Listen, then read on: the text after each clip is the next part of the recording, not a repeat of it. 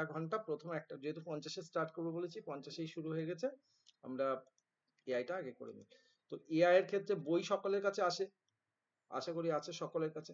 Kindly বইটা নিয়ে বসো, যাতে যে যে চ্যাপ্টার বা যে যে, দেখো বেসিক্যালি আমি আগেই বলে দিই, এআই চ্যাপ্টারের মধ্যে যেটা আমরা পড়বো না, সেটা কিন্তু বেসিক্যালি টোটালি থিওরি, ম্যাক্সিমামটাই থিওরিটিক্যাল চ্যাপ্টার, জাস্ট শুধু গো থ্রু করা। মানে তোমাকে সেই ইতিহাস চ্যাপ্টারের মতন বিষয়টা হচ্ছে, এআই থেকে কিছু প্রশ্ন আসবে, তোমাকে কনসেপ্ট বেসিসে তার কিছু এক্সপ্লেনেশন তোমাকে করে আসতে হবে। তোমাকে এআই দিয়ে তোমাকে বলবে না যে এআই এই অ্যালগোরিদমটা লিখে দেখাও, এটাকে ইউটিলাইজ করে দেখাও, এটাকে কি করে এর প্রোগ্রামটা লিখে দেখাও, এগুলো আসবেই না। সুতরাং এআই রিলেটেড তোমাদেরকে বেসিক যে জিনিসগুলো আসবে সেটা হচ্ছে টোটালি থিওরিটিক্যাল পার্ট। তো আমরা সেই থিওরিটিক্যাল পার্টটার উপরেই বেসিক্যালি আমরা জোর দেবো।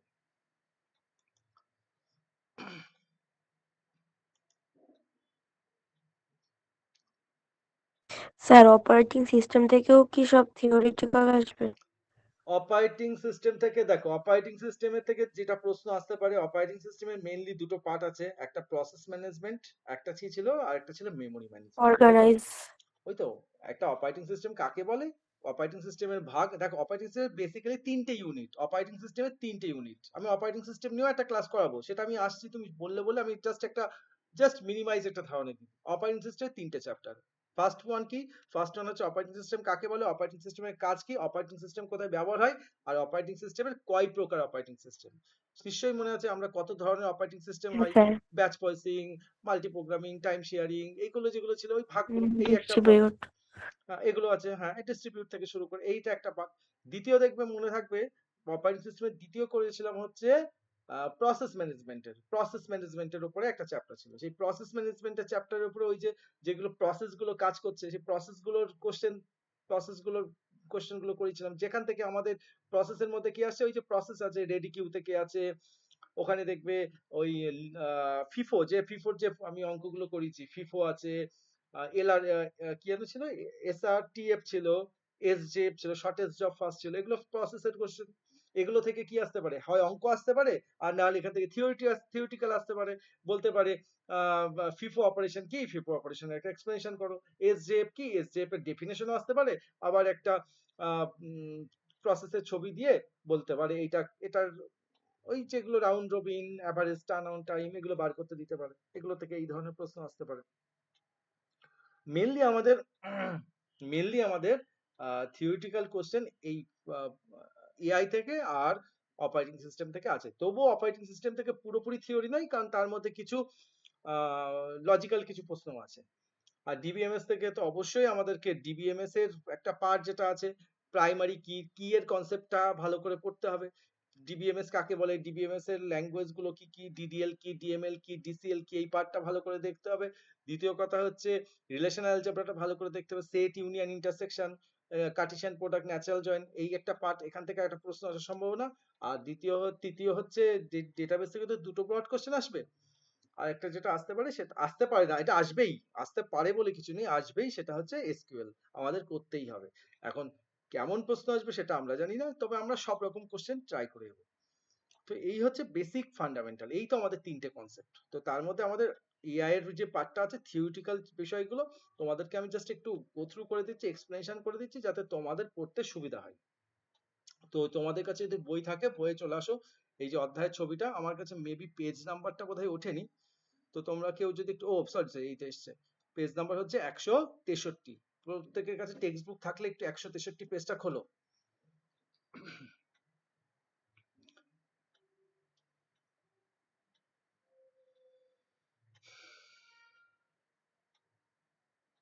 বের করেছো সকলে?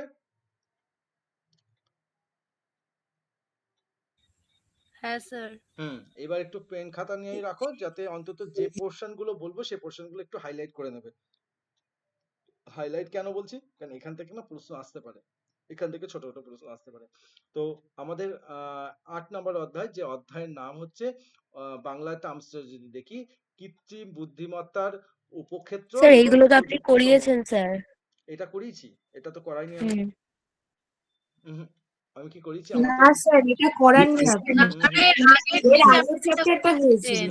এই চ্যাপ্টার করিনি, এই চ্যাপ্টার আমি হাতে দিইনি, এই চ্যাপ্টার হাত দিইনি, আমি খুব ভালো করেই জানি, কারণ আমি যেগুলো করাই আমার কিন্তু সবকিছু রেকর্ডেড থাকে।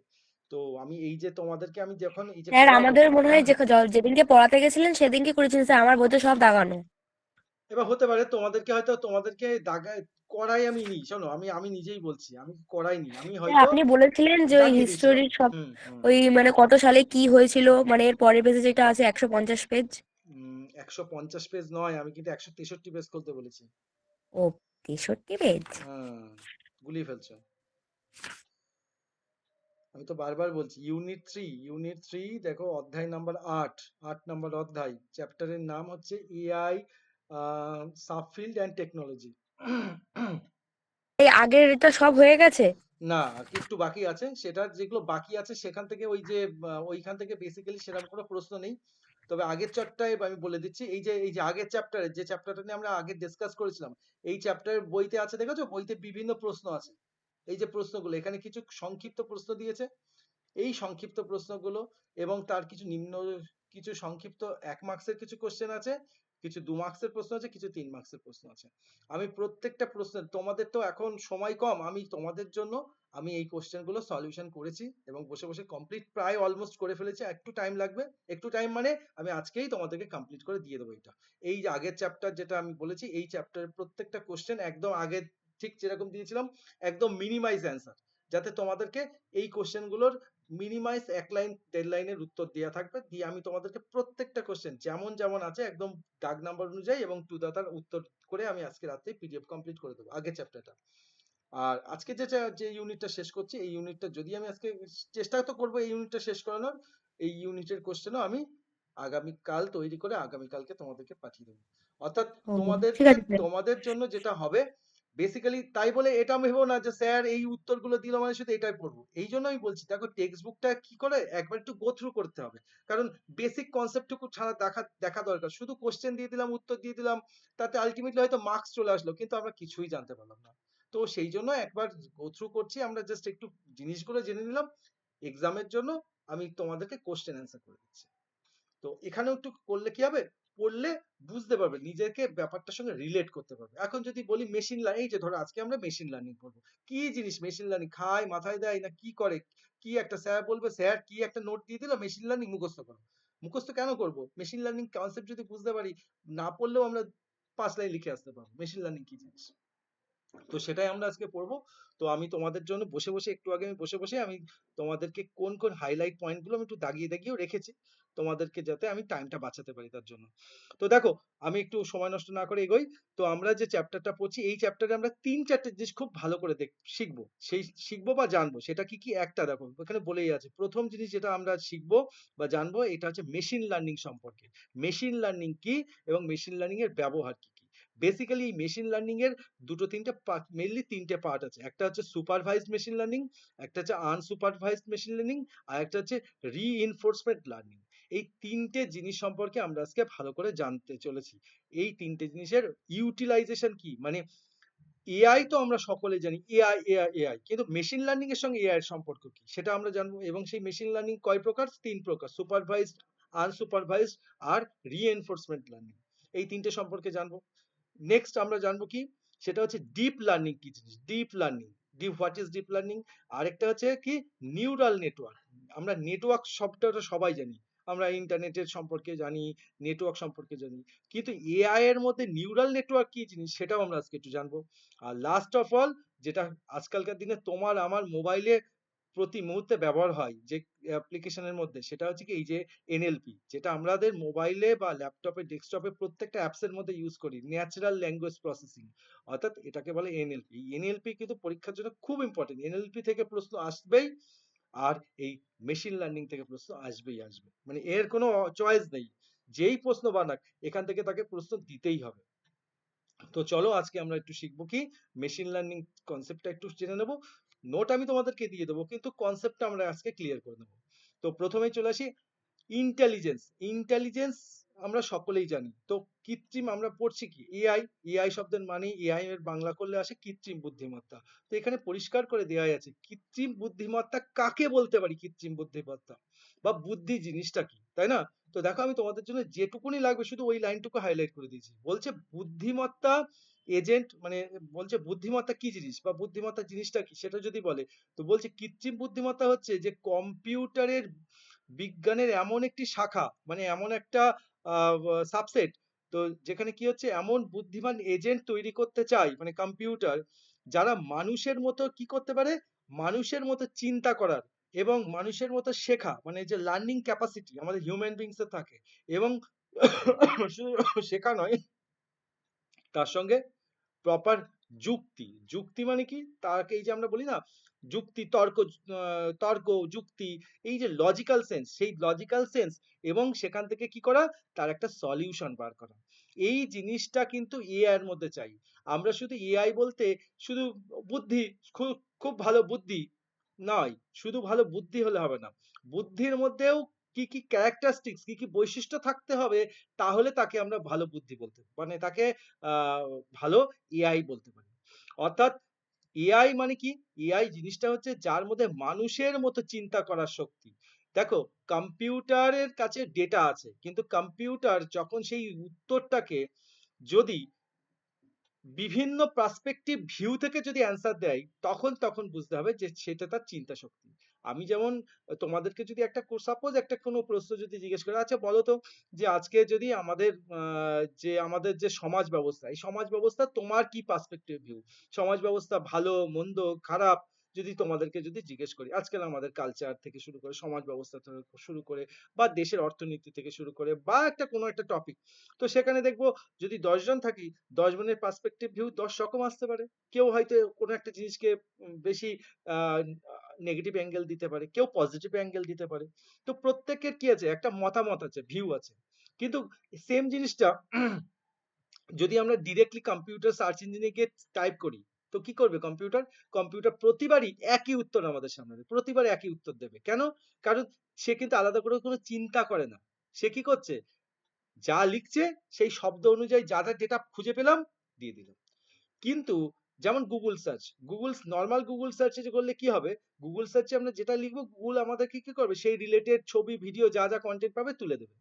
কিন্তু আমি যদি গুগলকে এমন একটা কোনো একটা চিন্তা ভাবনা করে উত্তর দিই, সেক্ষেত্রে কি করবে গুগল, কিন্তু জাস্ট যা খুঁজে পেলো তা না, তার মধ্যে সেই ডেটাটাকে নিয়ে অ্যানালিসিস করবে করে এবং তার জন্য প্রভিডেন্ট উত্তর দেবে। যদি কেউ চ্যাট জিপিটি, জিমিনাই এই অ্যাপস গুলো যদি কেউ ইউজ করে থাকো, তুমি যদি চ্যাট জিপিটির কাছে একটা প্রশ্ন করলে, করার পরে তার একটা উত্তর দিল, তুমি তখন বললে যে আমি এই উত্তর স্যাটিসফাইড না, তখন চ্যাট জিপিটি কি করবে, তোমাকে দেখবে বা গুগল জিমিনি থেকে শুরু করে ওরা কি করবে, ওরা ওই উত্তরের আরেকটা ভার্সন উত্তর তোমাকে দেবে। তুমি যদি বলে এই উত্তরটাও আমার পছন্দ হলো না, তখন ওরা কি চেষ্টা করবে আরেকটা উত্তর দেওয়ার, অর্থাৎ আরেকটা অ্যাঙ্গেল থেকে উত্তর দেওয়ার। অর্থাৎ এই যে একই কোশ্চেনের আলাদা আলাদা অ্যাঙ্গেল তোমার সামনে রিপ্রেজেন্ট করছে, উপস্থাপন করছে, এটা কি করে, কারণ এআই এর মধ্যে এই আজকালকার দিনে আমরা অ্যাপ্লিকেশন ইউজ করছি এই এআই গুলোর মধ্যে কি আছে, একটা হিউম্যান বিংস যেভাবে চিন্তা করতে পারে, একটা হিউম্যান বিংস যেভাবে শিখতে পারে এবং একটা হিউম্যান বিংস কি যেভাবে তার প্রশ্নের উত্তরটাকে কি লজিক্যালি অ্যারেঞ্জ করতে পারে, অর্থাৎ একটা র্যান্ডমলি উত্তর তুলে দিলাম না, লজিক সেন্স দিয়ে উত্তরটাকে রিপ্রেজেন্ট করলাম এবং সেখান থেকে তার একটা সলিউশনে দিতে হবে। আমি যদি বলি আজকে ভারতের অর্থ ব্যবস্থা আমেরিকা থেকে চায়না থেকে কেন পিছিয়ে, কারণ হাজার বলতে পারে, এবার তুমি সেখানে বলতে পারো কারণ তো বলে দিলে স্যার, এবার বলুন সলিউশন দিতে হবে তো। সুতরাং তার কিছু রিপ্রোডাক্টিভ সলিউশন, আচ্ছা এমন কিছু সলিউশন দিতে পারে, হয়তো এমন একটা সলিউশন দিল যে সলিউশন বাস্তবে ইমপ্লিমেন্ট করা সম্ভব না, তাহলে সেরকম সলিউশন নিয়ে আমার লাভ নেই। এমন সলিউশন দিতে হবে যেটা রিয়েল লাইফ অ্যাপ্লিকেবল। এবার রিয়েল লাইফ অ্যাপ্লিকেবল এর ক্ষেত্রে কি হচ্ছে, রিয়েল লাইফ অ্যাপ্লিকেবল মানে হচ্ছে যেটা সেই সেই সেন্সটা কার আছে, একটা মানুষের পক্ষে আছে, সেটা রিয়েল লাইফে বাস্তবে সম্পাদন করা সম্ভব কিনা কি সম্ভব না। কিন্তু কম্পিউটার সেটা বুঝবে না। কম্পিউটার কি হবে, কম্পিউটার শুধু শুধু লজিক্যাল সেন্স লাগাই তাহলে তো মুশকিল, কিন্তু বাস্তবসম্মত ব্যাপারটাকেও তোমাকে আহ, তার উপর গুরুত্ব দিতে হবে যে সেটা বাস্তবে কি ইমপ্লিমেন্ট করা সম্ভব। তো এই সেন্স গুলো অর্থাৎ মূলত একটা কম্পিউটারের বুদ্ধি, কৃত্রিম বুদ্ধিমত্তার ক্ষেত্রে এই গুণগুলো থাকতে হবে। যদি প্রশ্ন আসে কৃত্রিম বুদ্ধিমত্তা বলতে কি বুঝি, যেখানে যারা যে সিস্টেম মানুষের মতন অর্থাৎ হিউম্যান বিংস এর মতো চিন্তা করতে পারে, সেখান থেকে লার্নিং স্কিল আছে, এবং সেখানে যুক্তি এবং তার সলিউশন এবং সমস্যা সমাধান, যেটা এই ক্যারেক্টারিস্টিক্স গুলো যদি থাকে, তাহলেই তাকে আমরা কি বলতে পারি, একটা এআই কৃত্রিম বুদ্ধিমত্তাকে আমরা উপস্থাপন করতে পারি। এইবার এই কৃত্রিম বুদ্ধিমত্তা গুলো বেসিক্যালি আজকালকার দিনে কোথায় কোথায় ব্যবহার হয় বা কোন এর উদাহরণ যদি দেখতে পারি, সেই উদাহরণগুলোর মধ্যে পড়ে মেশিন লার্নিং কি, যেটা আমরা একটু পরেই আলোচনা করব, ডিপ লার্নিং কি, নিউরাল নেটওয়ার্ক কি, এটা আমরা আগেই বলেছি। এই তিনটে জিনিস এইবার এর মধ্যে আমরা শিখবো। এইগুলো কি, এগুলো হচ্ছে কি বলতে পারি, এগুলো হচ্ছে অ্যাকচুয়ালি এই যে machine learning, deep learning, neural network, এটা হচ্ছে কি একটা এআই তৈরি হওয়ার বিল্ড আপ। একটা এআই কি করে বিল্ড আপ হয়েছে, এই এইগুলোর দ্বারা। অর্থাৎ এগুলো হচ্ছে এক একটা স্তম্ভ বা সিঁড়ির মতন। যেমন একটা বিল্ডিং, আজকালকার দিনে যদি বিল্ডিং দাঁড়িয়ে আছে, একটা বিল্ডিং, সে বিল্ডিংটা দাঁড়িয়ে থাকে কার উপরে, তার পিলার বা তার যেগুলো আমরা পাতি বাংলায় কলম বা পিলার বলি, তাই না? তো তার উপরে বেস্ট করে আজকালকার দিনে বিল্ডিং দেখবে, কলকাতা দিকে গেলেই দেখতে পারবে বিল্ডিং, আজকালকার দিনে বিল্ডিং এ কি হয়, দেওয়াল হয় না, কিন্তু দেখবে একটা বিল্ডিং ইনফ্রাস্ট্রাকচার তৈরি হয়েছে 10 তলা, শুধু কলম কলম কলম দিয়ে বা পিলার দিয়ে দিয়ে দিয়ে বিল্ডিংটা খাড়া করে দিয়েছে, দেওয়ালটা পরে গাঁথবে, তাই তো? অর্থাৎ সেখানে পিলারটা কি, পিলারটা হচ্ছে এখানে বেস। তাহলে এআই এর বেস যদি বলতে পারি, স্যার এআই এর মূলত বেস কি কি, এআই কার উপরে নির্ভর করে একটা এআই সিস্টেম তৈরি হয়, এই সিস্টেম গুলোর উপরে, মেশিন লার্নিং এর উপরে, ডিপ লার্নিং এর উপরে এবং নিউরাল নেটওয়ার্কের উপরে। এবং অবশ্যই সেটা বর্তমানে এখন এনএলপি বা ন্যাচারাল ল্যাঙ্গুয়েজ প্রসেসিং বা এনএলপিও ব্যবহার করা হয়। অর্থাৎ এটা একটা কি, এটা একটা কম্পিউটার ভিশন। এটা যদিও এখনো প্রমিনেন্ট ভাবে এনএলপি এখনো 100% কাজ করে না, কিন্তু বাকি machine learning, deep learning, neural network prominent ভাবে কাজ করে। তো সে চলো আমরা প্রথমে আগে জানবো হোয়াট ইজ মেশিন লার্নিং। ডেফিনেশনটা আমি আবার বলছি, মেশিন লার্নিং কাকে বলে, পরীক্ষায় আসার সম্ভাবনা কিন্তু ভেরি ভেরি ভেরি মানে মানে ভেরি ভেরি ইম্পর্টেন্ট কোশ্চেন, এটা কিন্তু আসার সম্ভাবনা অনেক আছে। মেশিন লার্নিং কাকে বলে, তো মেশিন লার্নিং কাকে বলে আমি একটু করে জাস্ট বলে দিচ্ছি, তোমাদের বইয়ের ভাষা দিয়েই বললাম, বইটাকেই আমি এক্সপ্লেনেশন করে বুঝিয়ে দিচ্ছি। তো বলছে দেখো, মেশিন লার্নিং হচ্ছে যে কৃত্রিম বুদ্ধিমত্তার এমন একটা শাখা। কেন শাখা মানে কি, বিষয়টা হচ্ছে মেশিন লার্নিং এ একমাত্র সোর্স না যার সাহায্যে এআই তৈরি করা যায়, কিন্তু এটা একটা এআই তৈরি করার, এটা একটা কি, এটা একটা পথ, মানে যার সাহায্যে এআইটাকে আমরা কি করতে পারি, এআই কে তৈরি করতে পারি।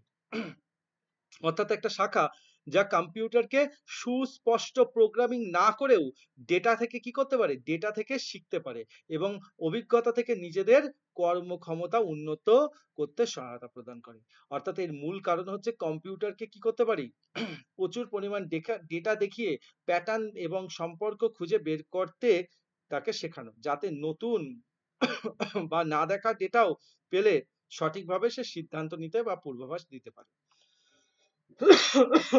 Just a minute.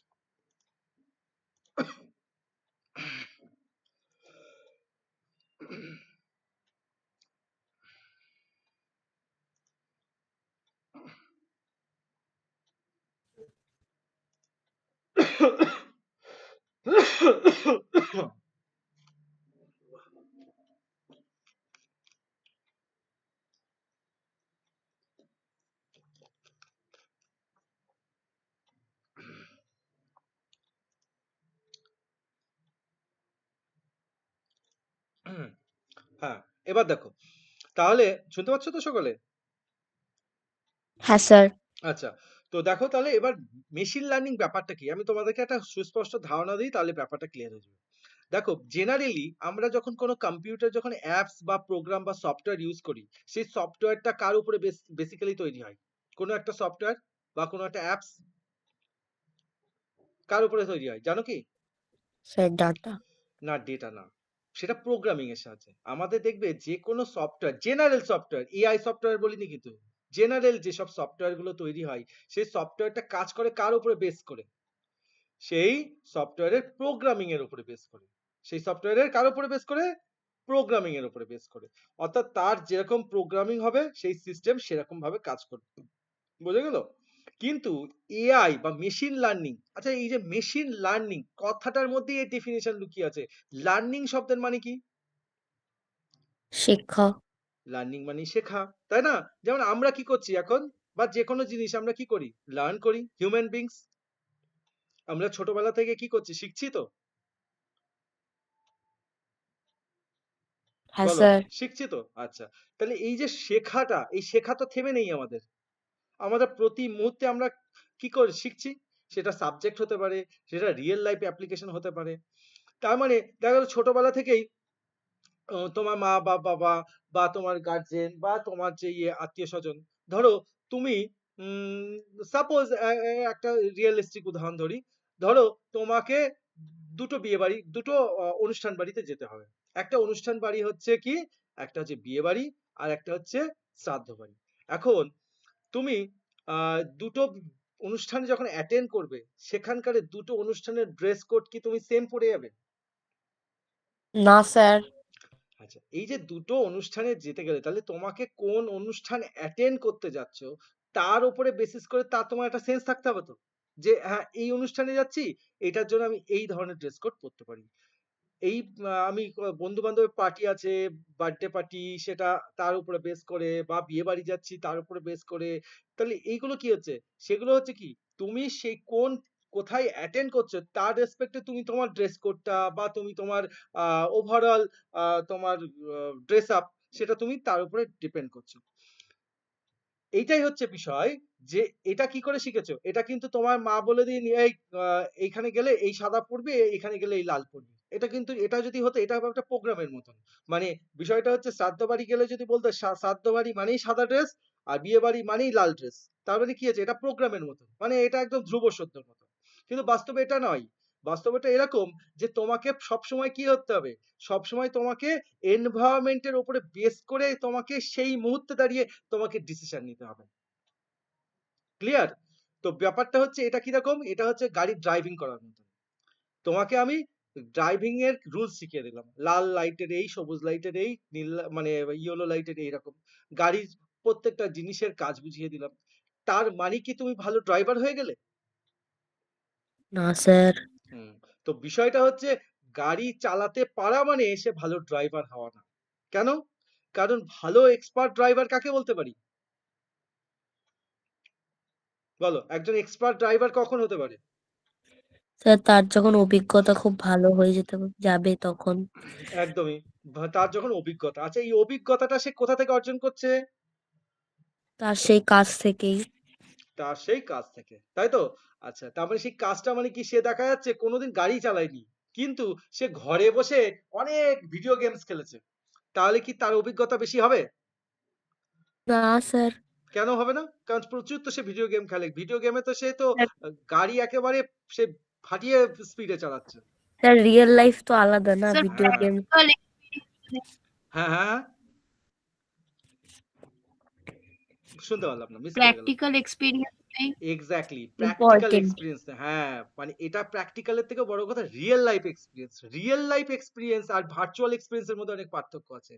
ধরো একজন ভালো ড্রাইভার, সে হয়তো দিনে খুব ভালো চালায়, কিন্তু রাতে চালানো তার অভিজ্ঞতা নেই, তাই না? তো দেখবে সাধারণত আমাদের এইসব ড্রাইভার, আমরা যেসব গাড়িতে, আমি একটা উদাহরণ নিয়ে আলোচনা করছি, এর মানে এই নয় যে ড্রাইভার, আমরা যেসব ড্রাইভার নিয়ে মানে আমাদের এইসব এলাকায় যেসব ড্রাইভার আছে, এই ড্রাইভারকে যদি এখন পাহাড়ের যেসব গাড়ি, পাহাড়ি এলাকায় যেসব গাড়ি চলে, সেখানে গাড়ি যদি ধরিয়ে দেওয়া হয়, তাহলে কি সেখানে গিয়ে তারা প্রভিডেন্ট ভাবে গাড়ি চালাতে পারবে? প্রশ্ন হচ্ছে, যে ব্যাপারটা আমি তোমাদেরকে বলে দিই, যেহেতু তোমাদের হয়তো অভিজ্ঞতা কম আছে। কারণ বিষয়টা হচ্ছে যে এরা ড্রাইভার ভালো, কিন্তু আমরা আমাদের এই ড্রাইভার কি, আমাদের এটা সমতল ভূমি, এখানকার গাড়ি ঘোড়া চলার সিস্টেম আলাদা। কিন্তু পাহাড় অঞ্চলে গেলে কি হয়, দেখবে যদি তোমরা যেয়ে থাকো বড় বড় পাহাড়ে, সেখানে নর্মাল ড্রাইভারদের অ্যালাউ করে না, কারণ ওখানকার সিস্টেম, এনভায়রনমেন্ট, গাড়ি চালানোর অভিজ্ঞতা টোটালি আলাদা। ওখানে পাহাড়ি অঞ্চলের এক্সপার্ট ড্রাইভারদেরকেই ওরা অ্যালাউ করে। কেন কি? কারণ ওরা ওই বিষয়ে তারা লার্নিং স্কিল সম্পন্ন। ব্যাপারটা বোঝা গেল তো? ঠিক সেরকমই কম্পিউটারকেও এআই এর কনসেপ্ট এসছে কি থেকে, এআই দেখো, আজকে আগেই বলি, এআই তো আজকে এই যে আজকে 2026 সালে দাঁড়িয়ে এআই নিশ্চয়ই 2020 সাল থেকে শুরু হয়নি, 2000 সাল থেকে শুরু হয়নি। তাহলে এআই শুরু হয়েছিল কত সাল থেকে? এআই কিন্তু শুরু হয়েছিল 1950 সাল থেকে। 1950 সাল থেকে এআই এর প্রথম চিন্তা ভাবনা আসে 1950 সাল। সালটা কিন্তু মাথায় রাখবে, অনেক সময় প্রশ্ন আসে এআই এর সূত্রপাত ঘটে কত সালে? কত সালে? 1950। যদি এটা 1950 যদি ভুলও হয়ে যায়, সবসময় মাথায় রাখবে ভারতের স্বাধীন হয়েছিল 1947-এ। ঠিক তার 3 বছর পরবর্তীকালে, 3 বছর পরেই এআই সম্পর্কে বিজ্ঞানীরা মাথায় এনেছে যে এআই বলে কোনো বস্তু ইমপ্লিমেন্ট করার দরকার আছে। ঠিক আছে? তো তখন নিশ্চয়ই সেই এআই আসেনি, কিন্তু সূত্রপাত কিন্তু তবে থেকে। এবং এআই এর যদি দেখা যায় টিউরিং টেস্ট বলে একটা টেস্ট করা হয়েছিল এআই এর ক্ষেত্রে। তো সেখানে কি করা হয়েছিল, সে বিষয়টা এরকম যে একটা ঘরে একজন এক্সপার্ট মানুষ মানে একজন সায়েন্টিস্ট বসে আছে, এবং দুটো ঘরে একটা ঘরে কম্পিউটারকে রাখা হয়েছে, একটা ঘরে হিউম্যান বিংস বসে আছে। এবার যে সায়েন্টিস্ট সে কাউকে দেখতে পাচ্ছে না, কোন ঘরে মানুষ বসে আর কোন ঘরে কম্পিউটার বসে। যে সায়েন্টিস্ট বা যে এক্সপার্ট সে কি করছে, দুজনকেই প্রশ্ন পাঠাচ্ছে এবং দুজনেই ঘরে বসে আছে, একজন হিউম্যান বিংসও বসে আছে, একজন মানুষও বসে আছে, এবং দুজনেই কি তার যে প্রশ্নগুলো করছে সেই লজিক্যাল সেন্স মানে তার লজিক্যাল উত্তর সে ওই এক্সপার্টকে পাঠাচ্ছে। এবং এক্সপার্টের কাজ কি? এক্সপার্টের কাজ হচ্ছে কে কম্পিউটার উত্তর দিচ্ছে আর কে হিউম্যান বিংস উত্তর দিচ্ছে তাকে ডিফাইন করা। তো এটা ছিল হচ্ছে আমাদের টিউরিং টেস্টে। তো টিউরিং টেস্টের মূল লক্ষ্য ছিল যাতে একটা কম্পিউটারও মানুষের মতো উত্তর দিয়ে একটা মানুষকে বোকা বানাতে পারছে। বোকা মানে ঠিক মানে এটা নয় যে সেন্স, মানে এটাই বলতে চেয়েছে যে একজন বিজ্ঞানীও একটা কম্পিউটারের উত্তরকে কম্পিউটারে রেকগনাইজ না করে তাকেও অ্যাজ এ হিউম্যান বিংস হিসেবে রেকগনাইজ করতে পারছে কি পারছে না, এই টেস্টটাই ছিল হচ্ছে টিউরিং টেস্ট। এটা কিন্তু 1950 সালে এটার কিন্তু ইমপ্লিমেন্টেশনের দিকে ভাবনা চিন্তা করা হয়েছিল এআই রেসপেক্টে। অর্থাৎ একটা কম্পিউটারকে মানুষের মতো, একটা মানুষ যেরকম ভাবে উত্তর দিতে পারে, যেরকম তার লজিক্যাল সেন্স লাগিয়ে তার মধ্যে ইমোশনাল থাকতে পারে, সেই রকম বিষয়টা হচ্ছে সেইভাবে একটা এআই কে দিতে পারছে, সেইটা ওরা চেকিং করা শুরু করেছিল। হয়তো সেই সময় ফেলিওর হয়েছিল, কিন্তু সূত্রপাত কিন্তু তবে থেকেই হয়েছিল। তো সেই রেসপেক্টে পরবর্তীকালে বিজ্ঞানীরা দেখেছে যে একটা কম্পিউটারকে ট্রেন করতে গেলে কি দরকার, তাকে প্রপারলি লার্ন, তাকে শেখাতে হবে। যেমন আজকে একজন ডক্টরকে, একটা ভালো ডক্টর হতে গেলে কি মনে হয় শুধু এমবিবিএস ডিগ্রি পেয়ে গেল বা একটা এমডি ডিগ্রি পেয়ে গেল মানে সে ভালো ডক্টর হয়ে গেল? হয় কি বাস্তবে বলো? না স্যার। হয় না। মানে কি, হয়তো সে ডিগ্রিধারী ডাক্তার, কিন্তু তুমি বলো না বাস্তব জীবনে তুমি তোমার একটা সার্জারি করতে যাবে, একজন ইয়াং একদম 25-26 বছর এর একটা ডাক্তার এসছে, সে সার্জারি করবে। সে তার তুমি শুনলে স্যার আপনি কটা অপারেশন করেছেন, উনি বলছে আমার এটা ফার্স্ট সার্জারি। তুমি তার কাছে সার্জারি করবে না? যে একজন সার্জন সে দেখা যাচ্ছে একই সার্জারি সে হয়তো 700-800টা সার্জারি তার হয়ে গেছে, তুমি কোন ডাক্তার প্রেফার করবে তোমার সার্জারির জন্য?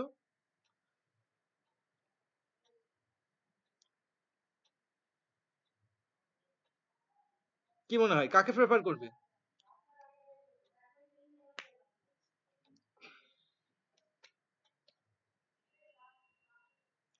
শোনা যাচ্ছে না বোধহয় নাকি? স্যার হ্যাঁ, সেকেন্ড যে তাকে অবভিয়াসলি যে ডাক্তারের ওই ফিল্ডে যার যত এক্সপিরিয়েন্স বেশি তাকে প্রেফার করব। কেন? কারণ তার রিয়েল লাইফ অ্যাপ্লিকেশন অনেক বেশি। আর যদি একদম মানে নিউলি পাস ডাক্তার, উনি তো শুধু থিওরিটিক্যাল পড়েছে, উনি তো নিজে হাতে কোনোদিন সার্জারি করেনি। উনি হয়তো পাশে বসে ডাক্তারের পাশে দাঁড়িয়ে অনেক সার্জারি দেখেছে, কিন্তু নিজে কোনোদিন করেনি, তাই না? তাহলে এইটা কি হচ্ছে, এইটা হচ্ছে যে সিনিয়র ডাক্তার সে হয়তো নিজে 700-800 অপারেশন করেছে, এবং 700-800 অপারেশন করতে গিয়ে তাকে বিভিন্ন ক্রিটিক্যাল সিচুয়েশনে পড়তে হয়েছে।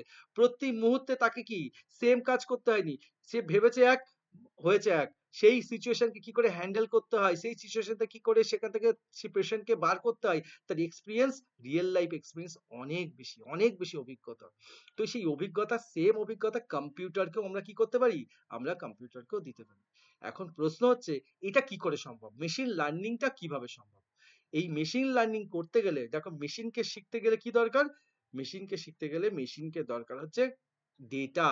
ডেটা যদি না থাকে কম্পিউটার কিন্তু ডিপ লার্নিং বা মেশিন লার্নিং, ডিপ লার্নিং পরে আসছে, মেশিন লার্নিং করতে পারবে না। মেশিন লার্ন মানে কি, একটা কম্পিউটারকে সে চিনবে কি করে এই অবজেক্টটার এই নাম, এই অবজেক্টটাকে এই বলে।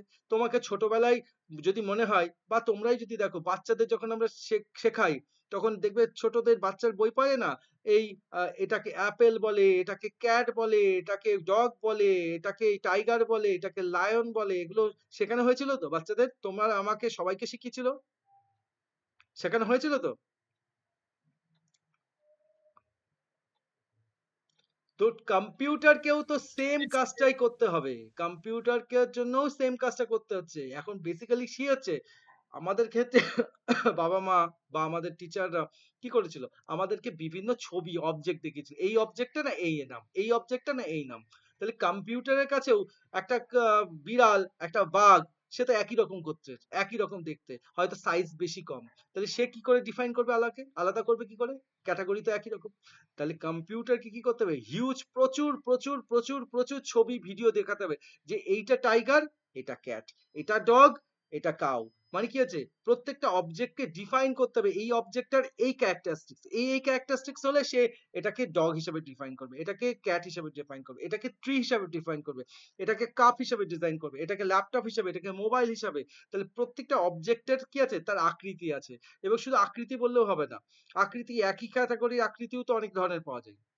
তোমার যদি এখন দুটো সবজি যদি আলু আনা হয় আর এদিকে মনে করো একটা আলুর মতন একটা কোনো অবজেক্ট বা কোনো সবজি আনলাম, সেটা গোল বস্তু, দুটো বস্তুই টমেটো আর আলু পাশাপাশি রেখে দিলাম, বললাম কি বস্তু, ওরা বলবে তাহলে টমেটোর কেউ বলবে কি গোল, ও তাহলে আলু, আলু কেউ বলবে টমেটোর মধ্যে দেখলে টমেটোর। সেটা না, কারণ বিষয়টা হচ্ছে শুধু আকৃতি বললে হবে না, আকৃতির সঙ্গে কালার রং অনেক কিছু ক্যারেক্টারিস্টিক কম্পিউটারকে শেখাতে হয়েছে। শুধু গোল না, গোলের মধ্যে যদি লাল হয় তাহলে সেটাকে টমেটোর মধ্যে, যদি তার ইয়ালিশ কালার হয় তাহলে সেটা কি আলুর মধ্যে। মানে এইরকম কি হচ্ছে, এইভাবে কম্পিউটারকে কি করা হচ্ছে, ট্রেন করানো হয়। এই ট্রেন্ডের বিষয়টাই হচ্ছে মেশিন লার্নিং। বোঝা গেল? তো মেশিন লার্নিং কিছুই না, সেটা হচ্ছে ডেটা দিই, সেই ডেটা থেকে কি হয় প্রচুর পরিমাণ ডেটা দেওয়া হয় এবং সেই ডেটাগুলোকে দেখে দেখে দেখে দেখে কি করতে হচ্ছে, মেশিন লার্নিং হচ্ছে। তো মেশিন লার্নিং এর জন্য যেটা সবার সবচেয়ে বেশি প্রয়োজন সেটা হচ্ছে হিউজ পরিমাণ ডেটা। একটা রিয়েল লাইফ অ্যাপ্লিকেশন দিলে আরো ভালো বোঝা যাবে। বাইক আমরা দেখেছি তো, বাইক কে কে দেখেছে? সবাই আমরা বাইক দেখেছি। যে বাইক চলে কি করে, মানে চলে কি করে, মানে বাইক চলার জন্য মূলত কি উপাদানের প্রয়োজন, তাহলে বাইকটা চলবে? পেট্রোল লাগবে, তাই তো? তাহলে সেটা যদি সেটা যদি মানে মেশিন মানে কি বলে ওটাকে, ইঞ্জিন চালিত গাড়ি হয় তাহলে তার পেট্রোল লাগবে। যদি সেটা স্কুটি হয়, ইভি স্কুটি হয়, তাহলে সেখানে কি লাগবে, তার হচ্ছে পাওয়ার লাগবে, ব্যাটারি থেকে যে পাওয়ার কনজিউম করে। তাহলে এটা হচ্ছে তার চলার জন্য তার সোর্স। ঠিক একই রকম তাহলে বাইকটার মতন যদি আমরা এআই কে যদি ধরি, এআই কি, এআইটা হচ্ছে বাইকের মতন। এবং সেই এআইটা চলবে কি করে, তার ইন্ধনটা কি, অর্থাৎ তার চলবে কার সাহায্যে, ঠিক পেট্রোলের মতন। অর্থাৎ পেট্রোলটা হচ্ছে ডেটা, বুঝছে? তো কোনো এআই আছে কিন্তু তার কাছে কোনো ডেটা নেই, তাহলে সেই এআই এর কোনো কাজ নেই। মানে সে কোনো কাজ নেই মানে সেই এআই হচ্ছে কি, সেই এআই কখনোই ভালো ফলাফল বা ভালো রেজাল্ট দিতে পারবে না। কোন এআই, সফটওয়্যার থেকে শুরু করে কোন এআই ভালো রেজাল্ট দেবে, যার কাছে যত বেশি ডেটা আছে। অর্থাৎ যার কাছে যত বেশি ডেটা, সে এআই তত ভালোভাবে নিখুঁতভাবে ফলাফল দেওয়ার ক্ষমতা রাখে। যার কাছে যত কম ডেটা, সে তত ভুল ডেটা দেওয়ার সম্ভাবনা তত বেশি। ক্লিয়ার? তো সঠিক সিদ্ধান্ত নিতে পারবে কখন, যখন সে সঠিকটা সঠিক তথ্য জানবে। আর জানবে কি করে, ডেটা থেকে। এবং যে কম্পিউটারের কাছে যত বেশি ডেটা, সেই কম্পিউটার তত বেশি ওয়েল ট্রেন্ড। আর যে যত বেশি ওয়েল ট্রেন্ড, সে তত সঠিক অ্যান্সার আমাদের সামনে কি তুলে দিতে পারবে। তো এই জিনিসটাই হচ্ছে আমাদের কি, মেশিন লার্নিং। তাহলে একটু কনসেপ্ট ক্লিয়ার হলো মেশিন লার্নিং ব্যাপারটা কি? হ্যাঁ স্যার। তো বেসিক্যালি এবার যদি বলো যে স্যার একটা মেশিন লার্নিং মানে কি, তাহলে আজকে থেকে আমরা যদি একটা এআই তৈরি করি, কালকে কি এআইটাকে তৈরি হয়ে যাবে? না, একটা এআই তৈরি হতে অনেক সময় লাগে, তার কাছে প্রচুর সময় লাগে, প্রচুর ডেটা লাগে। যদি দেখা যায় ওই যে মাঝখানে যদি একটু মানে উদাহরণ দিয়ে বলি, একটা গিবলি বলে একটা অ্যাপস এসেছিল, দেখেছিলে? সকলেই কম বেশি বোধহয় একটু দেখতাম, কম বেশি সবাই ওই স্ট্যাটাসে লাগাতে, একটা ছবি দিতে, ছবির একটা আহ, ওই ভার্চুয়ালি একটা ছবি হ্যাঁ ক্রিয়েট করে স্যার, দিত। ছবি। হ্যাঁ, তো এই যে গিবলির যদি দেখা যায়, এই গিবলি ব্যাপারটা হচ্ছে এটা কিন্তু আজকে আসেনি, কিন্তু এর ভার্সন কিন্তু আরো অনেক পুরনো, মানে আজ থেকে যদি 5 বছর আগের গিবলি যদি দেখো, সেখানকার যে অবজেক্ট গুলো তৈরি করছিল, সেই অবজেক্ট গুলো ফেস গুলো না প্রপারলি ফেস রেকগনাইজ করতে পারছিল না। দেখা যাচ্ছে আহ, তিনজনের ছবি আছে, পাপড়িকে দিলাম, অঙ্কিতাকে দিলাম, আর এদিকে আমি বিদিশাকে দিলাম, তিনজনকে দিলাম, আবার একটা মনে করো মিনময়কেও রাখলাম, 4জন অবজেক্ট। এবার ও কি করছিল প্রথমে যখন এসেছিল, ফিমেল ফিমেল ও শুধু আইডেন্টিফাই করছিল এই ফিমেল এ মেল, ফিমেল গুলোকে একই ধরনের ক্যাটাগরি দিচ্ছিল, মেলকে একই ধরনের ছবি দিয়ে ইমপ্লিমেন্ট করে দিচ্ছিল। মানে একটা গ্রুপে যদি 5জন মেল 5জন ফিমেল থাকে, তো 5জন ফিমেলের জন্য সেম সেম ধরনের ফেস বসাচ্ছিল, 5জন মেলের জন্য সেম সেম ধরনের ফেস বসাচ্ছিল। মানে প্রত্যেকটার ফেসের যে আলাদা আলাদা করে ক্যারেক্টারিস্টিক্স, তার ফেসটাকে তার মতন দেখানো, সেটা তখন পাচ্ছিল না। কিন্তু ওরা কি করেছে, ওরা এবার দেখেছে আমাকে ভালো করে ট্রেন করার জন্য কি দরকার, ডেটা দরকার। আর ডেটা কোথাতে পাবো, ডেটা কোথা থেকে পাবো, মানুষের কাছ থেকে। আর যদি দেখা যায়, তো বেশি আমাদের যদি হিস্ট্রি মানে জিওগ্রাফি পড়া থাকে নিশ্চয়ই জানতে পারবে, আমাদের পৃথিবীতে সব থেকে বেশি সংখ্যক লোক কোন কোন কান্ট্রিতে আছে, বলো?